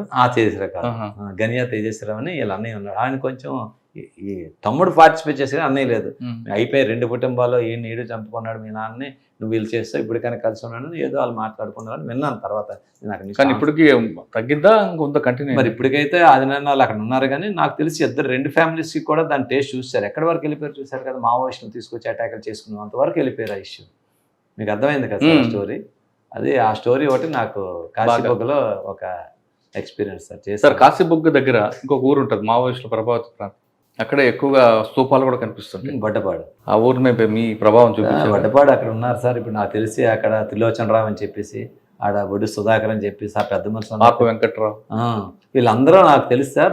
నేను డైరెక్ట్గా వాళ్ళతో వెళ్ళేవాడిని. వాళ్ళకి ఏంటంటే పూర్వం ఆ సిద్ధాంతాలు నమ్మేవారని చెప్పున్నారు కానీ ఇప్పుడు అంతా ఎడ్యుకేట్ అయిపోయారు సార్. ఇప్పుడు అటువైపు ఎవరు వాళ్ళు ఇప్పుడు ఉన్న యూత్ అది వెళ్ళట్లేదు, అంతా డెవలప్ అయింది సార్ ఆ ఏరియా అంతా కూడా. పూర్వం వాళ్ళు ఏంటంటే ఒక విధమైన ట్రాన్స్లో ఉండేవారు, వీళ్ళంతా మనకి భూస్వాములు బడాబాబులు మన న్యాయం చేయరని అంటారు. కానీ ఇప్పుడు ఆ పద్ధతులు మారే, పబ్లిక్గా ఎలక్షన్లో పార్టిసిపేట్ చేస్తున్నారు. ఆడ మాకనాపల్లి అని, బొడ్డపాడు అని, మామిడిపల్లి అని చెప్పేసి ఇవన్నీ విలేజ్లన్నీ కూడా మీకు పలాసలో 5 పంచాయతీలు ఉంటాయి, రంగోయి, మాకనాపల్లి, ఈ వీళ్ళ బొడ్డపాడు, ఈ పంచాయతీలన్నీ కూడా డెవలప్ అయ్యాయి సార్. అందరూ కూడా చదువుకుంటున్నారు, చాలా మంది ఇప్పుడు ఉద్యోగాలు కూడా చేసుకుంటున్నారు. కాకపోతే ఏంటంటే వలస వెళ్ళిపోతుంటారు, ఎందుకంటే వాళ్ళు జీడి పంట కొబ్బరి పంట తప్పితే ఇంకా ఆధారం లేదు. అందువల్ల ఎక్కువ మంది వలస వెళ్ళిపోయి బతుకుతుంటారు ఆ ప్రాంతంలో, ఎక్కువ వద్దాన ప్రాంతం. అది సార్. తర్వాత ఎక్కడికి వచ్చారు? నేను కాశీబొగ్గ అయిపోయిన తర్వాత శ్రీకాకుళం 2 టౌన్కి వచ్చాను. శ్రీకాకుళం 2 టౌన్లో కొన్ని రోజులు చేశాను. అది టౌన్ అట్మాస్ఫియర్ అంతా మీకు తెలుసు. అయిన తర్వాత విశాఖపట్నం 2 టౌన్ కొన్ని రోజులు వచ్చాను. సో శ్రీకాకుళం టౌన్లో మీకు మెమరబుల్ చెప్పండి. రౌడీజం కనిపిస్తుంటుంది, బలగా మీకు అక్కడ బలగా అక్కడ రౌడీజం ఉన్నారు సార్. అక్కడ ఆర్మర్ డెకాయిటీస్ అవి మీకు పులిటి తాలాడని చెప్పేసి క్రిమినల్ గ్యాంగ్స్ ఉంటాయి సార్. మీకు అక్కడ హాస్పిటల్ పక్కనే మీకు శాంతినగర్ కాలనీ అవి ఉంటాయి. ఆ పక్కకు వచ్చి కొన్ని గ్యాంగ్స్ ఆపరేట్ చేశాయని చెప్పేసి మేము ఉంటప్పుడు కూడా 2-3 అటెంప్ట్లు చేశారు, గొడవలు అయ్యి. వాళ్ళని మీకు ఆ పులిటి తాళాల్లో చాలామంది అలా ఒక ప్రొఫెషనల్గా ఒక గ్యాంగ్ నైట్ అయితే ఒక బ్యాచ్ బయలుదేరి వెళ్తుంటారు. ఆ గ్యాంగుల విషయంలో ఒక 2-3 ఇష్యూలు వెళ్ళాం ఆ విలేజ్లో. అక్కడ ఏంటంటే ఈ క్రిమినల్స్ అందరూ కూడా రేపు పొద్దున దొంగతనం చేయకుండా వాళ్ళందరినీ పోలీస్ స్టేషన్ దగ్గర పడుకోబెట్టడం, వాళ్ళు ఎవరు ఆబ్సెంట్ అయ్యారు లేయడం, అక్కడ ఉన్న లోకల్ అక్కడ ఎస్ఐ గారు వాళ్ళు అది చేస్తుండేవారు. ఈ రోజు మీ స్టేషన్లోనే ఎవరు మేము మిస్ అయ్యారని చెప్తే ఆడి నేరం చేసి ఉంటారని మాకు ఐడెంటిఫై అయ్యేది. కానీ సమ్మర్లో వాళ్ళు ఎక్కువ ఏంటంటే వాళ్ళు రెల్లి కమ్యూనిటీ అవ్వడం వల్ల వాళ్ళు ఎక్కువ తోటలు కొనుక్కొని సమ్మర్లో మామిడి తోటలోకి వెళ్ళిపోతారు. దాన్ని అడ్వాంటేజ్గా తీసుకొని పగలంతా తోట పని చూస్తారు, రాత్రులు దొంగతనాలు వస్తుంటారు. ఆ విధంగా వెళ్తుంటప్పుడు మీరు నెంబర్ మాకు ఒక సీన్లోను ఒక చిన్నబాడం అని కాశీబొగ్గల దగ్గర ఒక విలేజ్ ఉండేటప్పుడు ఆ విలేజ్ దగ్గర నేరం అయినప్పుడు ఒక మన గావంచ, దాన్ని ఏమంటారు సార్, ఎర్రది ఉంటుంది కదా, అది ఒకటి దొరికింది. నేనేం చేశాను, అక్కడికి వెళ్ళి ఆ విలేజ్ దగ్గరికి వెళ్ళి పులిటి విలేజ్లోకి, బాబు ఇది ఎవరిదుందో చూడండి, నా నెంబర్ కూడా నా స్కూల్ డోర్ మీద రాసి వచ్చాను, మీరు నెంబర్ సార్ 2 days తర్వాత సార్ మీ దగ్గర నేరం చేసిన పలానా వాళ్ళు సార్, మీరు వాళ్ళు పట్టుకుంటే మీకు వచ్చేదన్నారు. ఆడు ఫోన్ చేశాడు ఒక అతను, అప్పుడు మొబైల్ వచ్చాయి, నా ఫోన్ చేశాడు 2 టౌన్లో. వెళ్ళి పట్టుకుంటేప్పటికి ఆడు మొత్తం సార్ మా బ్యాచ్ అంతా ఏమైనా చేసాం సార్. శ్రీకాకుళంలో మనకి ఇక్కడ అడపాక అని విలేజ్ ఉంటుంది, అదపాక అది సెటిల్మెంట్ ఏరియా. వాళ్ళ మూమెంట్ ఎక్కువ శ్రీకాకుళం ఉంటుందా చుట్టుపక్కల ఉండేది? వాళ్ళు ఎక్కువ ఇప్పుడు హైవేకి వస్తారు సార్, లారీ ఎక్కిపోతారు. లారీ ఎక్కిపోయి హైవేలోనే ఏదో ఒక విలేజ్ దగ్గర దిగిపోయి హైవే పక్కన ఉన్న విలేజ్ల మీద వాళ్ళు ఏంటంటే బాగా ఫిట్గా ఉంటారు, షార్ట్లు వేసుకుంటే ఈ పంచిన లింగిని ఇలా కడతారు కదా, ఫిట్గా కట్టేసుకొని ధన్మని వస్తారు. అవసరమైతే మనం ఆ టైంలో పట్టుకుంటే అటాక్ కూడా చేస్తారు మనకి. సార్ ఇప్పుడు ఒంటికి బయలుదేరేటప్పుడు అంటే మనం ఎవరైనా క్యాచ్ చేస్తే మనకు దొరకకుండా అది కూడా చూసాం సార్. బయటికి వెళ్ళేటప్పుడు కోడ్ని కోసం వెళ్తారా? మరి అది అన్ని మా సీనియర్స్ అనేవారు, కానీ నేను ఎప్పుడు ఫిజికల్గా చూడలేదు, ప్రాక్టికల్గా అలా అన్నాం కానీ విన్నాం కానీ చూడలేదు. కానీ వెళ్ళడం మాత్రం గ్రూప్ లారీ ఎక్కుతారు, లారీ ఎక్కి ఏదో జంక్షన్లో దిగుతారు, దాన్ని 1-2 ఇల్లు అటాక్ చేసుకొని దాన్ని వచ్చి మళ్ళీ ఎక్కి లారీ రోడ్డు మీదకి వెళ్ళిపోయి లారీ ఎక్కి మళ్ళీ తిరిగి వెళ్ళిపోతుంది. అది వాళ్ళ ప్రొఫెషన్. శ్రీకాకుళం తర్వాత శ్రీకాకుళం తర్వాత వైజాగ్ 2 టౌన్కి వచ్చాను సార్. అక్కడ కొద్ది రోజులే అది కౌముది గారు మాకు కమిషనర్ గారు. VS కౌముది గారు. ఆ కౌముది గారి టైంలో చేశాను. ఆ టైంలో నాకు మళ్ళీ ప్రమోషన్ వచ్చేసింది సార్. ప్రమోషన్ వచ్చి మళ్ళీ అక్కడ పలాసలో మున్సిపల్ ఎలక్షన్ చేశాను నేను ఎస్ఐగా. నన్ను కావాలని చెప్పి మనీష్ కుమార్ సిన్హా గారు అక్కడికి నన్ను వేయించారు సార్. ఆయన ఫోన్ చేశారు, నీ ప్రమోషన్ వస్తుంది కదా, are you willing to come to Kasibugga again అన్నారు. సార్ మీరు చేతిలో వచ్చేస్తాను. మీరు రెండోసారి కాశీబుక్కి మళ్ళీ సీఏకి వెళ్ళాను సార్. సీఏకి వెళ్ళారు కదా, అప్పుడు మార్పు వచ్చింది ఆ ప్రజల్లో. మీరు చెప్పిన ఆదినారాయణలు అందరూ ఎలా ఉన్నారు అప్పుడు? వాళ్ళు అప్పటికి కేసులు పడుతున్నారు, అదంతా రియలైజ్ అయ్యేవారు, మొత్తం మీద మారారు సార్. అంటే క్రైమ్ తగ్గింది అప్పుడు? క్రైమ్ అక్కడ ఏంటంటే సార్, మీకు కాశీబొగ్గల శ్రీకాకుళం నేను అక్కడ అబ్జర్వ్ చేసింది ఏంటంటే, నార్త్ ఇండియా నుంచి వచ్చినప్పుడు ఆల్ ఎక్స్ప్రెస్ ట్రైన్స్ అన్నీ కూడా అవుతాయి సారు. ఫస్ట్ ఏపీలోకి వచ్చిన తర్వాత అక్కడ అడ్వాంటేజ్ ఏంటంటే రైల్వే కాలనీస్ అవన్నీ ఉంటాయి. అక్కడ ఎంప్లాయీస్ పిల్లలందరికీ ట్రైన్ ఫ్రీ. మాట్లాడితే ఇటు వెళ్ళిపోయాడు వెళ్ళిపోతారు, కురద వెళ్ళిపోతారు, బెంగాల్లో వెళ్ళిపోతుంటారు, అక్కడికి మనకి బరంపూర్ వెళ్ళిపోతుంటారు. ఇంకిష్టమైనట్టు వరుస అక్కడ బెంగాల్ ఆ టౌన్లోకి వెళ్ళిపోవడం. ఈ రైల్వే కనెక్షన్ ఉండడం వల్ల ఇక్కడ వాళ్ళకి ఏదన్నా నేరం చేస్తే అక్కడికి వెళ్ళి షెల్టర్ తీసుకుంటారు, అక్కడ ఏం చేస్తే ఇక్కడికి వచ్చి షెల్టర్ తీసుకుంటారు. ఆ విధమైన అక్కడ క్రిమినల్ ఈజీ. అంటే డబ్బులకి నేను చూశాను, 10,000కి మర్డర్ చేసిన కేసులు కూడా చూశాను సార్. అంత దారుణంగా వాళ్ళు చిన్న విషయంకే ఈ ఎంగేజ్ చేసుకొని చంపేస్తుంటారు. అలాంటివి చేస్తాం. చాలా ఆ రౌడీజం కూడా చాలా కంట్రోల్ చేస్తాను సార్. గట్టి కొట్టేస్తారు. అంటే మన అన్నకు చెప్పకూడదు కానీ మామూలు కాదు. శివధర్ రెడ్డి గారికి కూడా ఒకసారి అయితే ఆయన వచ్చి రౌడీలందరినీ ఫాలోయింగ్ చేయించి, నేను ఎస్పీని, ఇక మా ఎస్ఐకి ఇన్స్ట్రక్షన్స్ ఇస్తాను, మీకు బంద్ పెట్టేస్తారు చూసుకోండి. బంద్ అంటే తెలంగాణ బాధ తెలుసాను కూడా అడిగా అని చెప్పారు సార్. అంత ధైర్యంగా ఆ రోజుల్లో చెప్పారు. తగ్గి మారారు, గట్టిగా మారారు సార్. ఏంటంటే యాక్చువల్గా అక్కడ పేదరికం, కొన్ని దీని మీద నేరాలకి ఈజీ మనీ ఉన్నారు. గట్టిగా మనం ఫర్మ్గా చేసుకుంటే అక్కడ అది జరిగేది సార్. అది అక్కడ బాగా సార్. మందసాల గున్నయ్య గారు కోవ తిన్నారు, మరి పలాస జీడిపప్పు తిన్నారు? పలాస జీడిపప్పు సార్, క్యాజు వాళ్ళంతా కూడా క్యాజు బిజినెస్. అక్కడ పలాసలో కాశీబొగ్గలు ఉందంట సార్. ఆ బిజినెస్ చేపించే వాళ్ళు వర్కింగ్ కమ్యూనిటీ వీళ్ళే ఉంటారు సార్. అక్కడ పేదరికం అది బాగుంటుంది, రుచి బాగుంటుంది. క్యాజు అక్కడ మ్యానుఫ్యాక్చరింగ్ అక్కడే కదా సార్, బాగా పండడం అక్కడే, వాళ్ళు దాన్ని ప్రాసెస్ చేయడం కూడా అక్కడ నుంచి ఎక్స్పోర్ట్ చేస్తుంటారు. ఓకే. తర్వాత ఎక్కడికి వచ్చారండి కాశీబొగ్గల తర్వాత? అయిపోయిన తర్వాత అక్కడ నుంచి అప్పుడు పూర్ణచంద్రరావు గారు నాకు పరిచయం సార్. పరిచయం వల్ల ఆయన కమిషనర్గా మళ్ళీ వచ్చారు ఇక్కడ విశాఖపట్నం. వచ్చినప్పుడు జస్ట్ అనగా ఆయనకి కలవాలని ఒక బొకే తీసుకొచ్చి అలాగే వచ్చి బొకే ఇచ్చాను. ఏమైనా నువ్వు సిటీకి రావేయటని అన్నా. అక్కడ నాకు ప్రాబ్లం ఏమైందంటే సార్, ఇలాగా నేను అక్కడ సీఏకి ఉంటేప్పుడు సోంపేటలో ఒక పెద్ద ఫైరింగ్ అయిపోయి పవర్ ప్లాంట్ ఇష్యూ జరిగింది ఎన్సీసీ. ఆ ఇష్యూ జరిగేటప్పుడు చాలా ప్రాబ్లం ఫేస్ చేశాను. ఎందుకంటే ఆల్మోస్ట్ నేను అప్పుడు మాకు సంజయ్ కుమార్ జైన్ గారు ఎస్పీ గారు ఉండేవారు. ఆయన ఉండేటప్పుడు అక్కడే మొత్తం నేను కాచిపోగా కానీ సోంపేట ఇష్యూలో నేను డైరెక్ట్గా నాకు ఇచ్చేశారు. మళ్ళీ ఫైర్ ఓపెన్ చేశారు మీరేనా? అక్కడ ఫైర్ అంతా మరి సార్ 112 మందిని పోలీసులు ఇంజూర్ చేశారు సార్. దారుణం కొట్టారనమాట.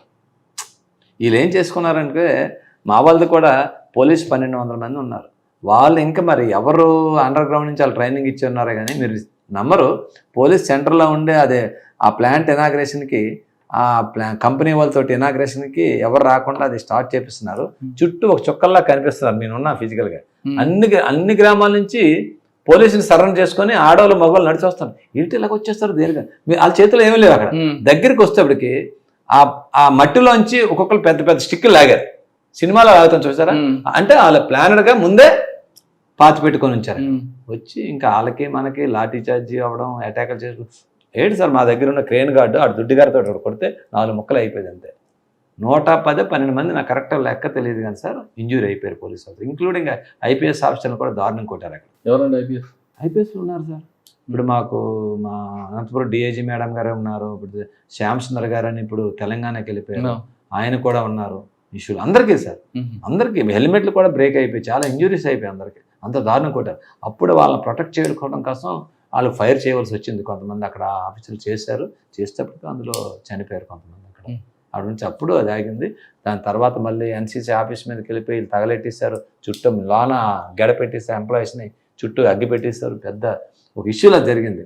సోషల్ బాయ్కి అట్లా చేశారు. పోలీస్కి మంచినీళ్ళు ఇవ్వలేదు. పోలీస్ ఫ్యామిలీ క్వార్టర్స్లో ఉంటే అటాక్కి వెళ్ళిపోయారు అక్కడికి. వాళ్ళు కూడా పిల్లల్ని ఎత్తుకొని ఫ్యామిలీలు పారిపోయారు. అదొక చాలా దారుణమైన ఇష్యూ. సార్ దీని వెనక మావోయిస్ట్ పార్టీ ఉందా అప్పుడు? వాళ్ళు ఉన్నారు అని కాదు కానీ మోటివేషన్ అయితే ఆ డైరెక్షన్లో పబ్లిక్ అంటే అక్కడ కొన్ని యాక్చువల్గా వాళ్ళకి సింపథైజర్ అయిన గ్రామాలు ఉన్నాయి సార్. అక్కడ వాళ్ళందరూ కూడా ఇందులో పార్టిసిపేషన్ ఎక్కువ చేస్తారు. లేకపోతే అంత రివార్డ్ 1000 మంది దాటిని పోలీసు మీద అటాక్ చేశారంటే చిన్న ఇష్యూ కాదు కదా సార్. మీరు చూడండి సార్, అందులో మీరు ఎంక్వైరీ దీంట్లో ఎదుర్కొన్నారా? ఉన్నాం సార్, అక్కడ ఉన్నాం. కానీ కాకపోతే అంటే మాకు మంచి సంజయ్ కుమార్ జైన్ గారు ఆఫీసర్ సార్ బాగా డీల్ చేశారు. ఆయన ఇమీడియట్గా వెంటనే స్పాట్కి రావడం, అందరికి మాకు ధైర్యం చెప్పడం గ్రౌండ్ లెవెల్ ఆఫీసర్లకి అదొకటే ఇష్యూ. సార్ అంత ఫైర్ చేశారు, సరే క్యాజువల్స్ ఉన్నాయి. ఎవరైతే ఫస్ట్ ప్రొవోక్ చేసిన వాడిని పికప్ చేశారా? సార్ ప్రొవోకేట్ చేయడం అంటే ఎక్కడ చేశారు సార్? అక్కడ ప్రొవోకేషన్ ఏం లేదు, కొట్టేస్తున్నారు. దొరికినట్టు కొట్టేస్తున్నారు. పోలీసుల్ని కొట్టేస్తున్నారు, కెమెరా లాక్కున్నారు, జీబులకు పగల కొట్టేస్తున్నారు, కాల్చేస్తున్నారు. ఇంకేం లేదు. ఇంకా గత్యంతరం లేక మరి వాళ్ళు, నేను చెప్పకూడదు, వాళ్ళు ఫైర్ ఓపెన్ చేసిన తర్వాత ఎంత టైంకి కంట్రోల్కి వచ్చిందండి? ఫైర్ ఓపెన్ చేస్తే కంట్రోల్కి ఇంకేం లేదు సార్. ఉండే వాళ్ళందరూ యాక్చువల్గా ఏంటంటే పోలీస్ అందరూ యాక్చువల్గా పరారు. మా వాళ్ళు చెప్తాను కదా, ఎందుకంటే అది ఒక విధంగా మా స్టాఫే మమ్మల్ని తిట్టారు. ఆఫీసర్లు మాకు చేతికి వెపన్ లేకుండా వీళ్ళు దాపులు తిన్నారు, మాకు వెపన్ ఇవ్వలేదు. అప్పుడున్న ఎస్పీ గారు చేసిన మంచి పని ఏంటంటే, వద్దు ఆయనకి మరి 438 కానీ ఓన్లీ ఆఫీసర్ చేతికే పిస్టల్ లాగా ఇచ్చారు, కానీ స్టాఫ్ చేతికి గన్లు ఎవరికి ఇవ్వాల. గన్లు ఇచ్చుంటే వీళ్ళు దెబ్బతింటూ ఊరుకోరు కదా వీళ్ళు. అవును, అది పవర్ఫుల్ వెపన్ కొట్టిస్తే చాలా మంది చచ్చిపోతారు. అలాగైతే ఎవరికి ఓన్లీ ఆఫీసర్ల చేతిలో ఉన్నది. అది కూడా లాస్ట్లో వీళ్ళు ఇంకా తోకాసి వీళ్ళని అటాక్ ఇస్తారంటే వాళ్ళు ఫైర్ చేయవలసి వచ్చింది. ఫైర్ అయిన తర్వాత కూడా స్టార్ట్ అయిందా? ఫైర్ ముందు అవ్వలేదు సార్. వాళ్ళు మీరు కొట్టిన తర్వాత ఆగింది అప్పటికేనది. వాళ్ళు కొట్టేస్తున్నారు, ఫైర్ ఓపెన్ చేశారు. ఫైర్ ఓపెన్ చేసిన తర్వాత వాళ్ళు పడిపోయారు. పడిపోయిన తర్వాత అప్పుడు వాళ్ళు వెనక జంకారు, ఇంకా అటాక్ ఇవ్వడం తగ్గిపోయింది.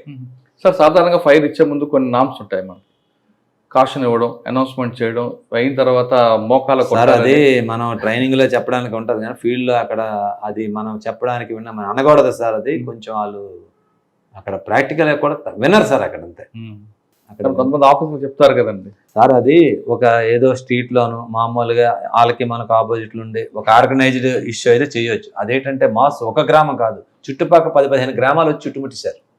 మీరు ఎన్ని వేల మందిని మీరు చేస్తారు? ఏ మెగాఫోన్ మీకు అక్కడ వినిపిస్తుంది? గాల్లో కాల్చాలని, మోకాలు కాల్చాలని అన్ని చెప్తున్నారు. అది ఒక ఎగ్జాంపుల్. మీరు చూసుకున్న తర్వాత పూర్ణచంద్ర గారు ఉన్నారు, సిటీకి వచ్చి ఉన్నారా? వచ్చాను. వచ్చిన తర్వాత ఏమైనా సిటీకి నీకు బిల్డింగ్ లేదు అందరూ అడుగుతున్నారంటే, ఎవరు ఇస్తారు సార్? మీరు ఇస్తారు? నీకు బిల్డింగే చెప్పాను. బిల్డింగే సార్ అన్న. అయితే ఒక అప్లికేషన్ రాసాను అక్కడ. మీరు నెంబరు 4 daysలో నేను రిపోర్ట్ అయ్యాను. ఎక్కడ పోస్టింగ్ వచ్చిన ఆయన అన్నారు, నువ్వు నీకు పోస్టింగ్ ల్యాండ్ ఆర్డర్ ఇవ్వను, నాకు క్రైమ్ ఇంపార్టెంట్, నువ్వు CCSలో చేయాలన్నా. మీరు ఏ చేస్తే చేస్తాను. అక్కడికి వెళ్ళే కూరుకోవాలి. ఇక్కడ పోర్ట్లో అక్కడ బోత్రా కంపెనీ అనే ఒక పెద్ద స్టీవ్డోర్ కంపెనీ ఉంది. ఆ బోత్రా కంపెనీలో కోల్ స్కామ్ జరిగింది పెద్ద. అందులో చాలా మంది పోలీసులు వాళ్ళు ఇన్వాల్వ్ అయ్యి ఉన్నారు. నీ మీద నాకు నమ్మకం. అది చాలా మంది మన పోలీసులను కూడా ఫిక్స్ చేసి పడేయాలి, ఎవరు తప్పు చేసిన వదలకూడదు, నీకు అప్ చెప్తాను నీ కేసు అని నాకు చెప్పాను. నేను చాలా నీట్గా చేశాను. ఇంక్లూడింగ్ మా స్టాఫ్ ఎవరన్నా వాళ్ళని కూడా అరెస్ట్ చేసాం ఆ కేసు. అవునా? ఎంతమంది? 2 పోలీసులు కూడా అరెస్ట్ చేశాను. అంటే SI ర్యాంక్ స్టాఫ్ కొల్లుడు అయిపోయారు. వాళ్ళ ఎవిడెన్స్ వాళ్ళ మీద దొరికింది. అప్పటికి నాకు జనరల్ మేనేజర్ ర్యాంకు, ఆ కంపెనీలో ఉండే వాళ్ళు అందరినీ అరెస్ట్ చేశారు. తర్వాత ల్యాండ్ ఆర్డర్ ఇచ్చారా? తర్వాత అక్కడ ఏం జరిగిందంటే సార్, ఇంకోటి ఆయన కూడా ల్యాండ్ ఆర్డర్ నాకు ఉట్టినేవాళ్ళు అక్కడ గాజువాకలో. ఇక్కడ నేను ఈ క్రైమ్లో ఉంటుండగా ఇక్కడ అశ్విని మృదుల అని చెప్పేసి ఒక పెట్రోల్ బంక్ ఓనర్ కూతుర్ని అపార్ట్మెంట్లోకి వెళ్ళి థ్రోట్ కట్ చేసి ఒక ఇంటర్మీడియట్ చదువుతున్న గర్ల్ని చంపేశారు డే లైట్లో, ఉదయం 10:30-11. అయ్యో! ఆ కేసులో నేను క్రైమ్లో ఉండేవాడిని. అది 4th టౌన్ కేసు. అది వాళ్ళు చూసేవారు. కానీ సార్ కూడా నాకు పిలిచి చెప్పారు, వాళ్ళు ఎలా చేస్తున్నారు కాదు, నువ్వు కొంచెం డీటెయిల్కి వెళ్ళాలి. అప్పుడు చాలా మనకు డ్యామ్స్ ఏమేది డే లైట్లో ఒక అమ్మాయిని అపార్ట్మెంట్లో చంపిస్తే మనం మా పోలీసు ఇంకేం ఎవరికి జస్టిస్ చేస్తామని చెప్పి నాకు చెప్పారు. లేదు సార్, నేను చాలా దీన్ని చేస్తాను. నేను అలాగే వాళ్ళు ప్యారలల్ చేస్తున్నారు. నా టీంని పెట్టుకొని నేను ఓన్గా అన్నీ స్టడీ చేసుకుంటున్నాను. అందులో నేను అలాగా ఊరుకోకుండా ఈ అమ్మాయి తాలూకా క్లాస్మేట్స్ ఫ్రెండ్స్ ఎవరు ఉంటారని కాలేజీ దగ్గరికి వెళ్ళి క్లోజ్గా ఎవరితో ఉంటుందంటే, ఒక అమ్మాయి రూమ్మేట్ ఉంది, హాస్టల్లో ఉండేది. పాప సెలవులకు వచ్చినప్పుడు మర్డర్ అయింది ఇంట్లో. అప్పలనాయుడు గారి కూతురు అనమాట ఆమె, అశ్విని మృదుల అని చెప్పేసి. అయితే ఆ పాప ఫ్రెండ్ నేను అడిగాను. ఆ ఫ్రెండ్ వాళ్ళ మదరు యూనివర్సిటీ ప్రొఫెసర్. వాళ్ళ ఇంటికి వెళ్ళాను. పాప నీకు క్లాస్మేట్ కదా, నేను మఫ్టీ క్రైమ్ అంటే నేను మఫ్టీలో ఉండేవాడు, సివిల్ డ్రెస్లో ఉన్నాను. అమ్మ నీ క్లాస్మేట్ కదమ్మా, నీ క్లోజ్ ఫ్రెండ్ చనిపోయింది, ఇలా చనిపోయింది తప్పు కదమ్మా అంటే, అంకుల్ చాలా మంచిది అంకుల్, ఆమెకి బాయ్ ఫ్రెండ్స్ కానీ ఎవరితో మాట్లాడడం చాలా డీసెంట్గా ఉంటుంది అంకుల్, ఆ మృదుల నాకు మంచి ఫ్రెండ్, నా బాధ వేసి తినలేదు అంకుల్ ఇలాగని చెప్తుంది. వాళ్ళ మదర్ కూడా చెప్పారు. అమ్మ వాళ్ళ మదర్ ఆంధ్ర యూనివర్సిటీ ప్రొఫెసర్. అమ్మ అంకుల్కి తెలిస్తే నిజంగా ఫ్యాక్ట్ ఏదుంటే చిన్న చెప్పమ్మ డౌట్. అంకుల్ నాకు ఏం చెప్పలేదు అంకుల్, ఒకసారి వాళ్ళ మదర్కి ఈ చిగుర్లు కట్ చేస్తారు లేడీస్కి జడకి, బార్బరు ఇంటికి వచ్చాడు. ఇంటికి వచ్చినప్పుడు ఈ అమ్మాయికి కూడా ఈ చిగుర్లు కట్ చేసిందంట. పాప కూడా కట్ చేసి అని చెప్పి, ఆయన పేరు దుర్గారావు పాప కూడా కట్ చేసి అని చెప్పి, మా మమ్మీ లోనికి వెళ్ళినప్పుడు నన్ను ఇలా కట్ చేసాడు, ఇక్కడ ప్రెస్ చేశాడు అంకులు, ప్రెస్ చేశాడని చెప్పి నాకు చెప్పింది అంకులు అన్నాడు. అమ్మాయి అని చెప్పింది. అచ్చా, మంగళ బాబర్ వచ్చి అమ్మాయిని టచ్ చేశాడు. అమ్మాయిని మదరే చిగురు కట్ చేయమని, జడా చిగురులు. అప్పుడు ఆడు ఏం చేశాడు, ఇక్కడ ప్రెస్ చేశాడంట షోల్డర్ మీద అమ్మాయిని. ఆ విషయం హాస్టల్కి వెళ్ళి ఆడు చూడు మా ఇంటికి వస్తాడు, మమ్మీ ఇలా కట్ చేయమంటే ఆడు నాకు ఇలా ప్రెస్ చేశాడు ఇక్కడ, ఈడియట్ ఫీల్ అని అన్నదంట. మమ్మీకి చెప్పలేదు, మళ్ళీ తిడుతుంది, గొడవ అవుతుంది అని ఒక్కటే చెప్పింది. అయితే నాకు ఎందుకో అసలు ఆడెవడు ఇదని చెప్పేసి వస్తే, వాడు వీళ్ళ ఇంటి పక్కనే ఒక షాప్ పెట్టుకొని ఉంటాడు. వీళ్ళ ఇంటికి వెళ్ళి వాళ్ళకి డై వేయడానికి దేనికన్నా వెళ్తుంటాడు ఇంటికి. ఆయన ఆల్రెడీ మన 4th టౌన్లో పిలిపించారు, ఆడు అన్నీ రాసుకున్నారు, స్టేట్మెంట్ వదిలేశారు. నాకు ఆ పిల్ల చెప్పింది అలాగా నాకు రోజు, కానీ ఆయన ఏదైనా ఎవిడెన్స్ లేకుండా పట్టుకుని చెప్పడు కదా. ఆడు ఒక మిస్టరీ చేశాడు సార్. అది ఏం చేశాడంటే 2 days పోయిన తర్వాత ఆర్కే బీచ్లోకి వెళ్ళిపోయి, వాడు ఒకరోజు సాయంత్రం 7 గంటలప్పుడు బట్టలు అన్నీ ఇచ్చేసి, నాకు అప్పులు అయిపోయి నేను చచ్చిపోతున్నాను, నేను ఇంక రాను అని అక్కడ ముచ్చిరి బండోడికి అవన్నీ పెట్టేసి, బాబు ఎవరన్నా మా ఊళ్ళో చెప్పి నాకు బతుకు మీద ఆదలేదని నీటిలో దిగి చీకట్లో అలా నడుచుకుని వెళ్ళిపోయాడంట. అప్పుడు మన 3 town వాళ్ళకి అదంతా ముచ్చిరోడు చెప్పాడు, మిస్సింగ్ కేసు కట్టారు, చచ్చిపోయి ఉంటాడని. నాకు అర్థం కదా, అమ్మాయి అలా చెప్పింది, చచ్చిపోయి నేను చూస్తున్నాడు, డెడ్ బాడీ వస్తుంది కదా 1 or 2 daysలోను, ఆ డెడ్ బాడీ వస్తుందని చూసి, ఒకరోజు రాలేదు డెడ్ బాడీ. అది యాక్చువల్గా సముద్రంలోకి వెళ్తే అవర్స్లో వచ్చేస్తుంది వెనక్కి. అది 2 రోజులు రాలేదు, 3 రోజులు రాలే. అప్పుడు నాకు ఎందుకో డౌట్ వచ్చింది సార్. అప్పుడు ఆ టవర్ లొకేషన్కి వెళ్ళాను.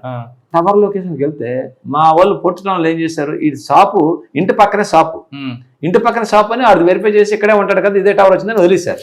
కానీ నేను డీప్గా ఆ షాపులో ఉండేవాళ్ళు కొంతమందితో మాట్లాడినప్పుడు, సార్ వాళ్ళ నాన్నకి ఎడికి ఫైనాన్స్ విషయం ట్రాన్సాక్షన్ వచ్చాయి, ఆ 2 months ముందు మాధవదారు వెళ్ళిపోయాడు సార్, ఇక్కడ షాప్ లేడు సార్ అన్నాడు. కానీ ఆ టవర్ లొకేషన్ అయితే రోజు వస్తుంటాడు ఇక్కడికి, సార్ వెళ్ళిన దగ్గర నుంచి రాడు సార్ అని అన్నాడు, షాప్లో ఉన్నారు. కానీ ఆ రోజు ఇక్కడికి టవర్ లొకేషన్ వచ్చింది. అమ్మ ఈడేదో ఈ మిస్టరీ ఉంది అని చెప్పి నాకు క్లూ దొరికింది. ఆడి మీద పెట్టాను. ఆడు పెడితేప్పటికి ఆడు డెడ్ బాడీ లేదు, వాడు మనిషి లేడు. అప్పుడు పెట్టుకుంటే ఏం చేయాలి, ఎలా లాగాలి ఆడు ఫోన్ అన్ని ఇక్కడ వదిలేసి, ఫోన్ కూడా వదిలేసి వెళ్ళిపోయాడు. అయిపోతే ఆడు క్లోజ్ ఫ్రెండ్స్ ఎవరెవరితో ఉంటాడో, ఎవరితో క్లోజ్ మాట్లాడుతుంటాడో చెప్పేసి వాళ్ళందరినీ పట్టుకొని లాక్కొచ్చాను. లాక్కొచ్చి నేను ఎలా చేశానంటే, ఈ కేసులోని విషయం అడగలేదు.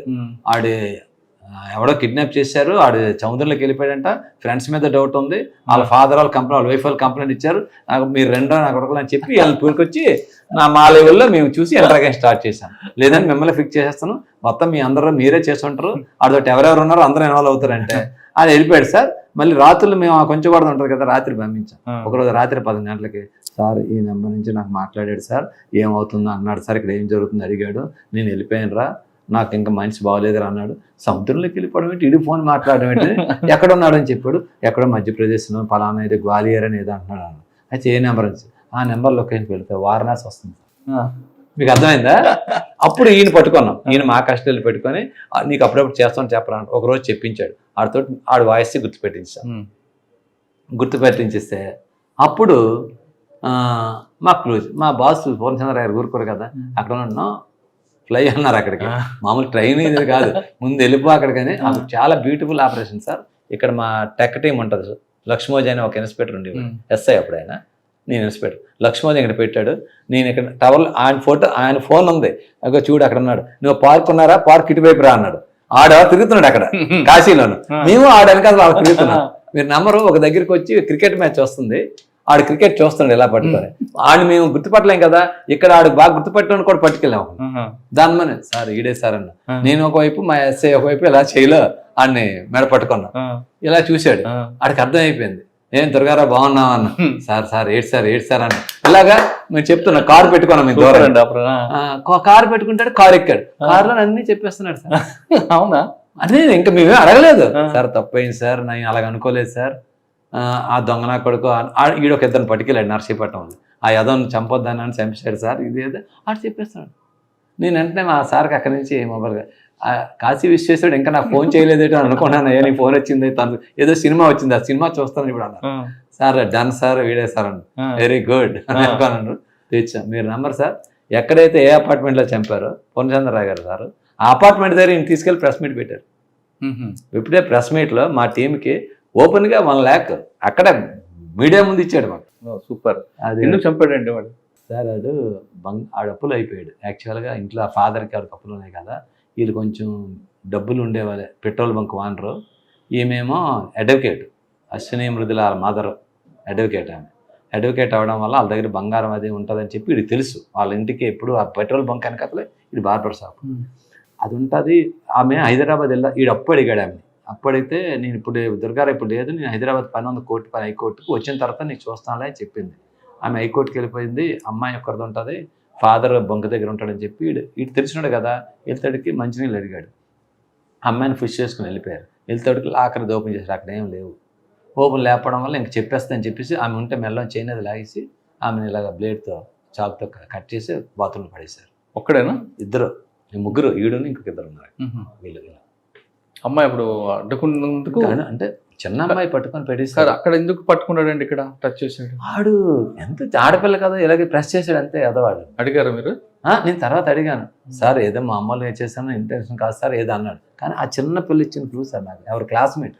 ఆ చిన్నపిల్ల ఇచ్చిన క్లూ నేను చేసిన మిస్టేక్ మీ కేసు బ్రేక్ చూసారు. అదే నేను అందుకే నేను ఎప్పుడైనా సీన్లోకి వెళ్ళిపోయినప్పుడు కూర్చుండిపోతాను. ఎక్కువ దేని మీద ఏదో ఒకటి మనం సార్ ప్రయత్నించి ఇలాంటి కేసులు చాలా ఉన్నాయి, చెప్తే మనకి అవ్వదు.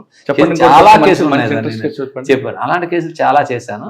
చేసాడు నాకు ఏంటంటే అలాగుంటే మాత్రం ఎప్పటికైనా వచ్చేస్తుంది సార్. ఓకే, ఇప్పుడు చెప్పిన కేసు ఇంకా చెప్పండి. ఇప్పుడు ఇక్కడ నేను ఇక్కడ పూర్ణచంద్ర గారు ఇక్కడ ఉన్నారా, నేను ఈ కేసులు చేస్తుంటప్పుడు గాజువాకలో ఎవరో ఒక నార్త్ ఇండియన్ గ్యాంగ్ వచ్చి తుపాకులతో తండ్రిని కొడుకుని వైపు ముందు చంపి వెళ్ళిపోయారు. బంగారం రోబే తలార్వానిపాలెం అని ఉంది ఇక్కడ. గాజువాక పోలీస్ స్టేషన్ లిమిట్స్లో తలార్వానిపాలెం అని ఉంటుంది, ఇప్పుడు దువ్వాడ పోలీస్ స్టేషన్ అయింది. అక్కడ ఫాదర్ని కొడుకుని ఇన్ ఫ్రంట్ ఆఫ్ వైఫ్ని ముందు చంపేసి గోల్డ్ పట్టుకొని పారిపోయారు.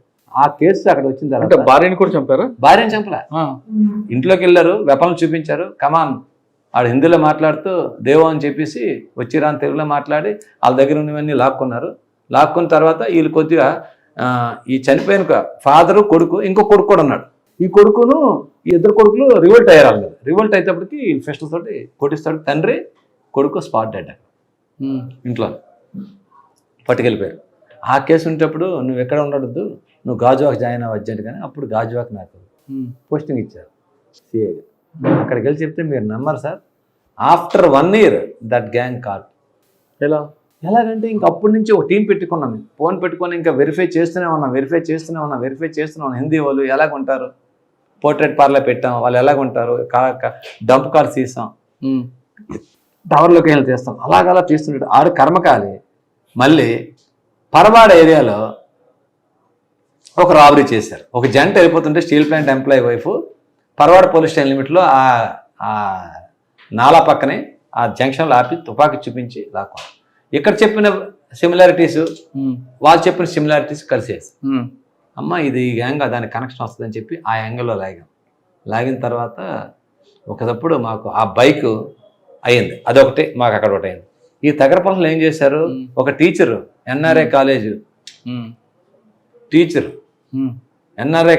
టీచరు అక్కడికి వెళ్తుంటప్పుడు ఆవిడ దగ్గర బైక్ లాగేసుకున్నారు, తుపాకీ చూపించి బైక్ లాగేసుకున్నారు. ఆ బైక్ లాగేసుకుంటప్పటికి అక్కడైన బైక్ అక్కడ రాబరీ చేశారే పర్వాలా, ఆ బైక్ ఇక్కడ పోయిన బైక్ మ్యాచ్ అయ్యింది. ఇప్పుడు ఈ బైకులు ఎక్కడున్నాయని చెప్పేసి అలా వెతుకుతుంటే మన రైల్వే స్టేషన్ పార్కింగ్లో ఈ బైక్ ఉంది, 2 wheeler స్కూటీ. ఈ స్కూటీ ఉంది, ఈ స్కూటీ మీద అఫెండ్ చేస్తారు. వాళ్ళు హిందీ వాళ్ళే, వీళ్ళు హిందీ వాళ్ళే, మనకు అక్కడ డబల్ మర్డర్ చేసింది కూడా హిందీ వాళ్ళని. మా బాగా వచ్చేసి మేము అక్కడ రైల్వే స్టేషన్ జంక్షన్ దగ్గర మా టీముల్ని ఏం చేసాం, టీములు పెట్టి 2 రోజులు వాచ్ చేసాం. ఒకరోజు సాయంత్రం బండి పట్టుకున్నారు, వచ్చి బండి కోసం వచ్చారు, చుట్టుముట్టాం, ఫైర్ ఓపెన్ చేశాడు. మా సిటీలో వైజాగ్ రైల్వే స్టేషన్లో దట్ ఫెలోస్ ఓపెన్ ఫైర్. ఇంకా వెంటనే సెట్ అలర్ట్ చేస్తే వెంటనే ఒక వదలలేదు, ఒకటి పట్టించుకున్నాం. తర్వాత చేసి తర్వాత వాళ్ళు పట్టుకున్నాం. ఆఫ్టర్ 1 year ఆ గ్యాంగ్ని పట్టుకున్నాం. ఎందుకండి వీళ్ళని చంపారు? బంగారం కోసం సార్. ఎలా తెలిసింది వీళ్ళింట్లో బంగారం ఎంత ఉందని?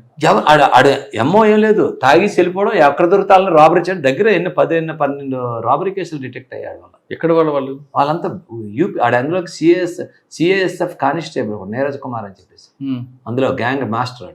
అక్కడి నుంచి కుర్రాన్ని తీసుకురావడం, ఇక్కడ ఎఫ్ఐఎల్ చేయించడం. యూపీ నుంచి. యూపీ వాడు ఇక్కడ మన పోర్ట్లో సిఎస్ఎఫ్లో పనిచేసేవాడు సార్. చేసుకుంటూ ఒక ఇంట్లో ఉండేవాడు పోర్ట్ క్వార్టర్స్లో ఉంటూ అక్కడ నుంచి ఫ్రెండ్స్ని తీసుకురావడం ఇలాంటి పనులు చేయించడం చేస్తుండేవాడు. అది ఒక గ్యాంగ్. అది మంచి ఆఫ్టర్ 1 year దొరికింది ఆ గ్యాంగ్. గాజువాక దగ్గరికి వచ్చారు నేను గాజువాక తర్వాత ఎంఈపీ పోలీస్ స్టేషన్కి వచ్చాను సార్. అక్కడ కొన్ని రోజులు చేశాను. తర్వాత 3 Town సార్. ఎంఈపీలో కొద్ది రోజులు చేశాను సార్. 3 Town ఇచ్చారు సార్. అప్పటికి శివధర్ రెడ్డి గారు కమిషనర్, చంద్రగారు వెళ్ళిపోయారు, శివధర్ రెడ్డి గారు వచ్చారు.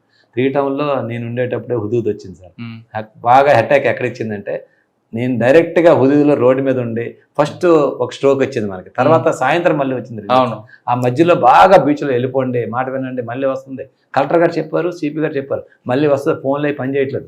నా బండి పట్టుకొని తిరిగి మొత్తం అందరినీ చేశాను. అదొకటి డైరెక్ట్గా ఫేస్ చేశాను. ఆ రాత్రి అయిన తర్వాత ఉదయం సీఎం గారు వస్తున్నారు, మీరు అందరు చేయండి, ఒకరికొకరు ఫోన్లు లేవు, మా స్టాఫ్ని పిలిపించడం అదొక మంచి ఎక్స్పీరియన్స్ నాకు. తర్వాత అంటే ఎంబీపీ తర్వాత 3 Town చేశాను. 3 Town తర్వాత మళ్ళీ పిఎం పాలెం వెళ్ళాను. ఇక్కడికి ఈ పిఎం పాలెంలో అప్పుడు అతుల్ సింగ్ గారు కమిషనర్ గారు ఉండే, ఆయన వేశారు. ఇక్కడ కొన్ని రోజులు చేశాను సార్. చేసిన తర్వాత అమిత్ గారు వచ్చారు, సిపి గారు. సార్ కూడా అప్పుడు ఐఎఫ్ఆర్ అయింది, అదైంది. సార్ నేను ఎక్కువ రోజులు చేశాను, నాకు ఇంకా వెళ్ళిపోతానని చెప్పి అడిగి మరి ఇక్కడ నుంచి ఎక్కడికి వెళ్ళారు? నేను అక్కడ నుంచి వెళ్ళిపోయి సిఐడికి వెళ్ళిపోయాను సార్. ఎంతకాలం సిఐడి అండి? సార్ సిఐడిలో ఒక 2 years చేశాను సార్. అంటే వైజాగ్ సిఐడి. తర్వాత అంటే తర్వాత సిఐడి వెళ్ళిపోయిన తర్వాత మళ్ళీ ఇంటెలిజెన్స్కి వెళ్ళాను సార్. ఇంటెలిజెన్స్కి వెళ్ళిన తర్వాత ప్రమోషన్ వచ్చింది. ముందు ఇంటెలిజెన్స్కి వెళ్ళాను, తర్వాత సిఐడికి వచ్చి సిఐడిలో ప్రమోషన్ వచ్చి మళ్ళీ డిఎస్పీగా కూడా ఇంటెలిజెన్స్లో చేశారు. ఓకే. ఇక్కడ చేసి ఇంటెలిజెన్స్లో ఉంటుండగా మళ్ళీ ఇక్కడికి law and order transfer. PM Palem అంటే ముందు అనకాపల్లి చేశాను ఒక 6 months. మొన్న ఎలక్షన్ అయిన తర్వాత ఇక్కడికి వచ్చి. ఓకే సార్, సిఐడిలో ఏమైనా మంచి కేసులు ఉన్నాయండి? సిఐడిలో కేసులు ఉన్నాయి కానీ ఇంకా అది ఫైనలైజ్ చేయలేదు సార్. అంతా అందులో వింగ్స్ ఉంటాయి మాకు. మీదే వింగ్ అంటే ఫైనాన్షియల్ ఫ్రాడ్ వింగ్ ఉంది. ఓకే. అది కొంచెం ఏంటంటే ఈఓడబ్ల్యూ ఎకనామిక్ అఫెన్స్ అని, అది లెంతీ ఇన్వెస్టిగేషన్, ప్రాపర్టీ సీజ్ చేయడం, చాలా కేసులు నాకు చేశాను, ఎక్కువ కేసులు చేశాను. కానీ ఇండివిజువల్గా ఫైనలైజ్ చేసి నేనంటూ చేసిందేం లేదు. ఆ ప్రాసెస్ అయితే ముందు తీసుకెళ్ళారు. అనకాపల్లిలో ఏమైనా గుర్తుందా ఏమన్నా? అనకాపల్లిలోనంతా ఎలక్షన్ ప్రాసెస్ సార్. అనకాపల్లిలో చాలా గట్టిగా చేశాను ఎలక్షన్ విఐపి మూమెంట్లో, ఇదే అదే అన్ని. అక్కడ మొన్న మాత్రం చిన్న ఇన్సిడెంట్ ఏంటంటే, అక్కడ ఎక్స్ డిప్యూటీ సీఎం గారు బూడిముత్యాల నాయుడు గారు అదే గ్రామంలో మన ఎంపీ గారు సీఎం రమేష్ గారు వెళ్తేప్పుడు చిన్న రప్చర్ అయింది.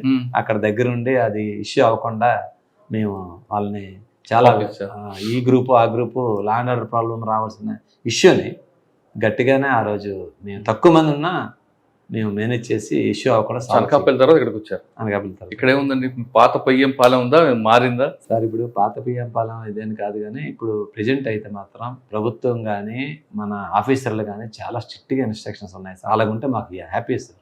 ఎవరికి భయపడవలసిన పని లేదు, ఎవరికి చేయక్కర్లేదు. మీరు ముందు అడిగారే ప్రజలు ఏం చేయాలి ఒక్కటే సార్. పోలీస్ పరంగా నేను ఏమనుకుంటున్నానంటే, నాకు తెలిసిన నాలెడ్జ్ వరకు మా పోలీసు మా దగ్గరికి స్టేషన్ దగ్గరికి మాకు న్యాయం కావాలని వచ్చిన వాడికి ధర్మంగా మనస్ఫూర్తిగా మనం చేస్తే ఏ టెంపుల్కి వెళ్ళక్కర్లేదు సార్. మనకి మన ఫ్యామిలీకి మంచి జరుగుతుంది. నేను ఎప్పుడు మా సిబ్బందికి నా కింద ఉండే వాళ్ళకి అదే చెప్తాను, నేను అదే ఫాలో అవుతాను.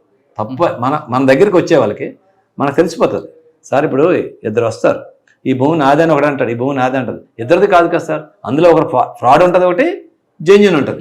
ఫ్రాడ్ ఏదో జెన్యూన్ ఏదో మనం ఎస్టాబ్లిష్ చేయాలి సార్. కానీ ఎక్కువగా ఇక్కడ సివిల్ డిస్ప్యూట్స్ ఎక్కువ ఉంటాయి కదండి. సివిల్ డిస్ప్యూట్స్ ఉంటాయి సార్, అవన్నీ కామన్ జరుగుతుంటాయి. ఇక్కడ ఎలాగంటే సార్, సివిల్ డిస్ప్యూట్స్ మీరు ఉంటారు, మీరు ఏదో ఒక 15 సంవత్సరాలు 20 సంవత్సరాల ముందు ఒక ల్యాండ్ కొనుక్కొని అమెరికాలోనో ఎక్కడో లండన్లోనో ఉంటారు. మీరు మీ ల్యాండ్ ఉన్నది అనుకుంటారు, మీరు అన్నీ బాగానే ఉంటాయి. ఒక 1 fine day ఎవడో వస్తారు, ఇక్కడ బ్రోకర్స్ ఎవరు తయారవుతారు, వాళ్ళ పిల్లల దగ్గరికి వెళ్తారు. పిల్లల దగ్గరికి వెళ్ళి ఏం చేస్తాడు, బాబు మీ రెవెన్యూ రికార్డులు చూస్తారు. ఏముంటుంది సార్, ఈ పోలీస్ స్టేషన్ బిల్డింగ్ కూడా రెవెన్యూ రికార్డులో ఎవరిదో ఇక్కడ లోకల్ పేరే ఉంటుంది, కానీ ఆల్రెడీ మారిపోతుంది కదా. పిల్లల దగ్గరికి వెళ్ళి ఒక డాక్యుమెంట్ రాయి, నువ్వు కొన్ని అంటే తండ్రి కొనుక్కొని అమెరికాలో ఉన్నాడు, తండ్రి అమ్మినాడు, కొడుకు దగ్గర కొనుక్కొని వచ్చి ల్యాండ్లోకి వెళ్ళిపోతాడు. అదే సార్, నేను రెవెన్యూ వాళ్ళు ఏమంటారు సార్, ఎంఆర్ఓ గారి దగ్గరికి ఈ ల్యాండ్ ఎవరి పేరు మీద ఉంది, మురళీ గారు కొనుక్కున్నాను నేను, మీరు ల్యాండ్ ఎవరి పేరు మీద ఉందా కాదని మీరు అడిగారంటే, మాది అప్పలరాజు గారి పేరు మీద ఉందని మీకు తెలుస్తుంది. ముందు అడిగే మీరు లెటర్ పెడతారు, yes as per our revenue record this land ఏమని వాళ్ళు ఇస్తారు. సార్ మీరు రెవెన్యూ వాళ్ళు వెరిఫై చేసుకున్నాం సార్, అన్ని కరెక్ట్ చేసుకుని ఇక అసలైన వారసుల దగ్గర కొన్ని అమ్మినోడు తెలుసు మా నాన్న అమ్మేసాడు, నాకు అమ్మేసిన తర్వాత డబ్బులు వస్తాయి కదా 2-3 లక్షలు ఇస్తారు, ఇచ్చేసి ఒక సంతకం పెట్టమంటారు అంతే అనేసి దాంట్లోకి వెళ్ళి ఫైట్ చేయడానికి వెళ్తారు. మన వాళ్ళు ఏం చేస్తున్నారు సార్, పోలీసులు మనం అక్కడ వదిలిస్తే ఇది సివిల్ ఇష్యూ మీరు కోర్టుకు వెళ్ళిపోండి అంటే పాప మన రియల్ గా కొనుక్కున్న వచ్చేవాడు ఎవరు సమాధానం చెప్తారు? అక్కడే మనం ఉండాలి. సివిల్ ఇష్యూ కాదు బాబు, ఇద్దరు ఒక ల్యాండ్ పెడుతున్నారంటే ఒక ఫ్రాడ్ ఒకటి చేశాడు, ఆ ఫ్రాడ్ ఎవరు చేశాడంటే మనం వెనక్కి వెళ్తే వచ్చేస్తుంది సార్. అందువల్ల సివిల్ డిస్ప్యూట్స్ అంటారు కదండి, మీకు ఒక ఎస్ఓపి ఉంది, దాని ప్రకారం సార్ ఇప్పుడు ఎస్ఓపి ఉన్నది అదే ఆఫీసర్ నాలెడ్జ్లో పెట్టాలి, మనం కూడా సిన్సియర్గా చేయాలి. ఇప్పుడు సివిల్ డిస్ప్యూట్ బాబు నువ్వు కోర్టుకు వెళ్ళిపోవా నేనేం చేయనంటే పాపం నిజం కొనుక్కున్న దేవుడు ఎవరు చెప్పుకోవాలి సార్? కోర్టుకు వెళ్ళాడు, ఇంకెవడు రౌడీ మరి ఇంకంతే. లాస్ట్ కర్మకాలు ఏం చేస్తారంటే వాళ్ళ దగ్గర సెటిల్మెంట్కి వెళ్ళిపోతారు. అప్పుడు ఆయన కొనుక్కుంటప్పటికి అదంతా 10 లక్షలు ఉంటుంది. ఇప్పుడు ₹1,00,000 10 లక్షలు కొన్నాలే కోటి వస్తున్నట్టు నాకు ఒక 40 లక్షల లాభం వచ్చింది, నాకు 50 ఇచ్చాడు, అనవసరంగా ఇంకో 50 లక్షలు తీసుకుంటాడు. మీకు అర్థమైంది కదా సార్? అలాగే జరిగిన విషయాలు ఉన్నాయి. కాకపోతే అంటే ఇప్పుడున్న ఆఫీసర్కి కూడా దానికి ఒక ప్రీ లిటిగెన్సీ సెల్ అంటే ఒక సెల్ ఓపెన్ చేశారు, అవన్నీ అక్కడ పంపిస్తున్నారు, వెరిఫై చేస్తున్నారు. యాజ్ పర్ లా ఏమన్నా మిస్టేక్ ఉంటే దాని ప్రకారం చేపిస్తున్నారు. సార్ ఇంతకు మీరు ఒక మాట అన్నారు, మనం ఏ గుడికి వెళ్ళక్కలేదు, ఈ పొల్యూషన్లో కరెక్ట్గా న్యాయం చేస్తే వాళ్ళ ఆఫీసులే మనకు దేవుడిగా ఇచ్చినట్లు అంటే. కానీ ఈ పోలీస్ స్టేషన్ ఉద్యోగం అన్నది, పోలీస్ ఉద్యోగం అనేది థ్యాంక్లెస్ జాబ్ అండి. కానీ ఎప్పుడు అనిపిస్తుంటుందా సార్? థ్యాంక్లెస్ జాబ్ అని కాదు సార్. ఇప్పుడు నేను చెప్తాను కదా, నేను నర్సన్నపేట ఎప్పుడు చేశాను, 2000లో చేశాను సార్. మీరు నమ్మరు సార్, అక్కడికి వెళ్తే ఎక్కడైనా నాకు కనిపించారనుకోండి 2 చేతులు పెట్టి దండం పెడతారు సార్, మీరు మాకు ఆ రోజు ఇచ్చేసారని చెప్పి. అది ఇంకా చాలు సార్ మనకి. ఇంకా ఎక్కడ ఇప్పుడు నేను రెండోసారి ఎక్కడికి వెళ్ళాం అనుకోండి, మీరు చెప్పాను కదా, వెళ్తేప్పుడు మనం నమ్మాలి ప్రజలు. ఈయన వచ్చాడు, నేను ఒకటే సార్ ఏదైనా ఉంటాను కానీ డెఫరై వెళ్ళిపోతాను, కానీ తల వంచి అది ఆ బ్రహ్మదేవుడు పోయినా నేను ఇంకా మారిపోతాను, అక్కడి నుంచి వెళ్ళిపోతాను, కానీ తప్పు అయితే చేయను. పోలీసు ఉద్యోగాలు నేను చూస్తాను సార్, మా డిపార్ట్మెంట్ వాళ్ళకి అందరికీ అదే చెప్తాను, మనకు పవర్ ఇచ్చాడు అంటే, దేవుడు పవర్ ఇచ్చాడంటే నీ ఇష్టం వచ్చినట్టు చేయడానికి కాదు, ఆ పవర్ని సక్రమంగా ఉపయోగించి న్యాయం చేయమని, అవసరమైన వాడికి ఎవరికైతే జస్టిస్ ఉందో వాళ్ళకి న్యాయం చేయమని. ఆ పవర్ని ఉపయోగించి నువ్వు రాంగ్ చేసావా, రెండో రోజే నేను చూశాను, మా సీనియర్ ఆఫీసర్లు చూశాను, వాళ్ళు రిటైర్ అయ్యే టైంకి చాలా దారుణమైన పరిస్థితులు ఫేస్ చేసిన ఆఫీసర్లు చూశాను. అప్పుడు నేను అనుకుంటాను, ఈయన ఉద్యోగం చేసినప్పుడు ఎలా చేశాడు, కరెక్ట్గా ఉండేవాళ్ళ లైఫ్ చాలా మంచి లైఫ్ లీడ్, ఆయన ఉద్యోగం చేసినప్పుడు ఎలా చేశాడు, ఈ రెండు రికలెక్ట్ చేసుకుంటే మనం ఇప్పుడు రాంగ్ స్టెప్ అయ్యాం సార్. ఓకే, ఇప్పుడు ప్రజల్లో ఉన్న తప్పుడు, ప్రజలు ఉంటారు సార్, ప్రజలు ప్రభుత్వాలు ఉంటాయి, నాయకులు ఉంటారు, ప్రజలు ఉంటారు, ఇదంతా ఒక గేమ్ అని చెప్పేసి అందరూ వెళ్ళిపోతుంటారు, మనం వెళ్ళిపోకూడదు. కొన్ని దగ్గరలో ఇబ్బందులు వస్తుంటాయి సార్, చెప్తుంటా, కానీ కొంతవరకే. ఎంతవరకు ఎవరైనా చెప్పారనుకోండి, ఒకరికి అన్యాయం చేసి ఒకరికి న్యాయం చేయండి సార్, ఇప్పుడు చేయకూడదు. కానీ పోలీస్ స్టేషన్కి వచ్చిన వాళ్ళకి ఇద్దరికి న్యాయం చేయడం కష్టం కదా సార్? ఇద్దరికి న్యాయం చేయడం కాదు, చెప్పాలి సార్ అడిగి, బాబు నువ్వు ఇది వచ్చావు, నీ మిస్టేక్ ఇది ఉంది, మరి తప్పదు, యాజ్ పర్ లా మా చేతులు ఇంకా చేయడానికి లేదు, నువ్వు చేసేవాళ్ళు ఉంటారా? ఉంటారు, వినకపోతే అంతే సార్, అని ఫిక్స్ చేసేస్తాం. ఇంకా వినేవాళ్ళు కాదు, ఇప్పుడు చెప్తారు సార్, మీరు వచ్చారు మురళీ గారు, మీరు నాకు అప్పలరాజు గారు తెలుసా అండి, మా బ్రదర్ అండి, కొద్దిగా చూడండి సార్, చెప్తాను మురళీ గారు, లేదు సార్ మీ బ్రదర్ వచ్చాడు, ఇలా జరిగింది చెప్పాలి. మేము చెప్పకపోతే వినకపోతే మనం ఏం చేస్తుంటాం సార్, అలాగని బెండ్ అయిపోయి వచ్చేసాం అనుకోండి, ఆ పాపం మనం ఎందుకు చేసుకోవడం? కరెక్ట్, మీకు అర్థం.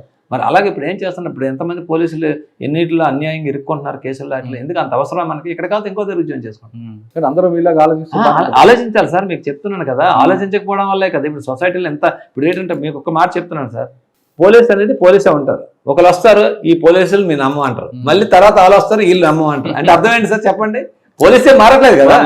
కానీ ఇదే పోలీసులు అందరూ అన్ని వాడుకుంటారు మరి అంతే. మీకు చెప్తారు ఇక్కడ మనం ఉండేటప్పుడు ఇష్టం వచ్చినట్టు మనం బెండ్ అయిపోయి అన్ని మనం చేసుకొని అన్లెస్ మన లైఫ్ పాడు చేసుకోకూడదని చెప్తుంటాం. చట్టం ధర్మం న్యాయం ఏది ఉంటే చేయాలి, చెప్పాలి, చెప్పిన తర్వాత వాళ్ళు అక్కర్లేదు అనుకోండి వెళ్ళిపోతాం, ఏముంటుంది సార్ మనకి, ఎక్కడున్నా మన శాలరీ వస్తుంది, మనం హ్యాపీగా చేసుకుంటాం. లా అండ్ ఆర్డర్ కన్నా ఇంకా ఈజీ జాబులే కానీ ఎంతకన్నా కష్టం జాబులు ఉండవు సార్, మీకు చెప్తున్నా కదా. అలాగని చెప్పేసి చేయకుండా ఉండాలని నేను ప్రజలకి. పోలీసులు అనగానే హోంగార్డ్ దగ్గర నుంచి డీజీపీ వరకు మీరందరూ కరెక్ట్గా ఉద్యోగం చేస్తున్నారంటే మీ భార్యలు ఇంట్లో ఉండి మీ కుటుంబాన్ని జాగ్రత్తగా చూడబట్టి మీరు రోడ్ల మీద ఉద్యోగం చేస్తారు. ఒక పండగ కానీ ఒక పబ్బం కానీ ఏది ఉండదు, ఆ పండగ నాడు మీరు రోడ్డు మీద ఉంటారు, మీ కుటుంబాలు జరుపుకుంటారు. మీ పిల్లలు దారి తప్పకుండా బాగా చదివిస్తూ చేస్తుంది మీ భార్య, అంటే మీరని మీ అదంతా వాస్తవం ఉంటారు కదా? 100% సార్. అటువంటి వైఫ్లకి మీరేం చెప్తారు అంటే ఒక ఎగ్జాంపుల్ చెప్తాను. మా సిస్టర్ వాళ్ళ పాపకి ఒక పోలీస్ ఒక సబ్ ఇన్స్పెక్టర్ సంబంధం వస్తే మా వైఫ్ మా సిస్టర్ చెప్పింది, దయచేసి వదిన వద్దు, నేను ఫేస్ చేస్తాను, తనని నాలప్ చేయకు. మీరు అంటారా ఎందుకు అలా చెప్పండి, ఎందుకు అది హ్యాపీగా ఇంకో జాబ్ ఉంటారు చూస్తాను కదా, ఇంకా తెలిసి ఉండి నేను వాళ్ళని ఎందుకు ఇందులో పెట్టడం అంటే అది తెలుసు. కానీ మీరు పొల్యూషన్ ప్రజల కోసం పనిచేస్తుంటే నీ పిల్లలు దారి తప్పకుండా కాపాడేది, ఇల్లు చక్కగా పెట్టేది ఆవిడే కదా. అంటే 100% 100% అటువంటి భార్యలకు మీరేం చెప్తారు?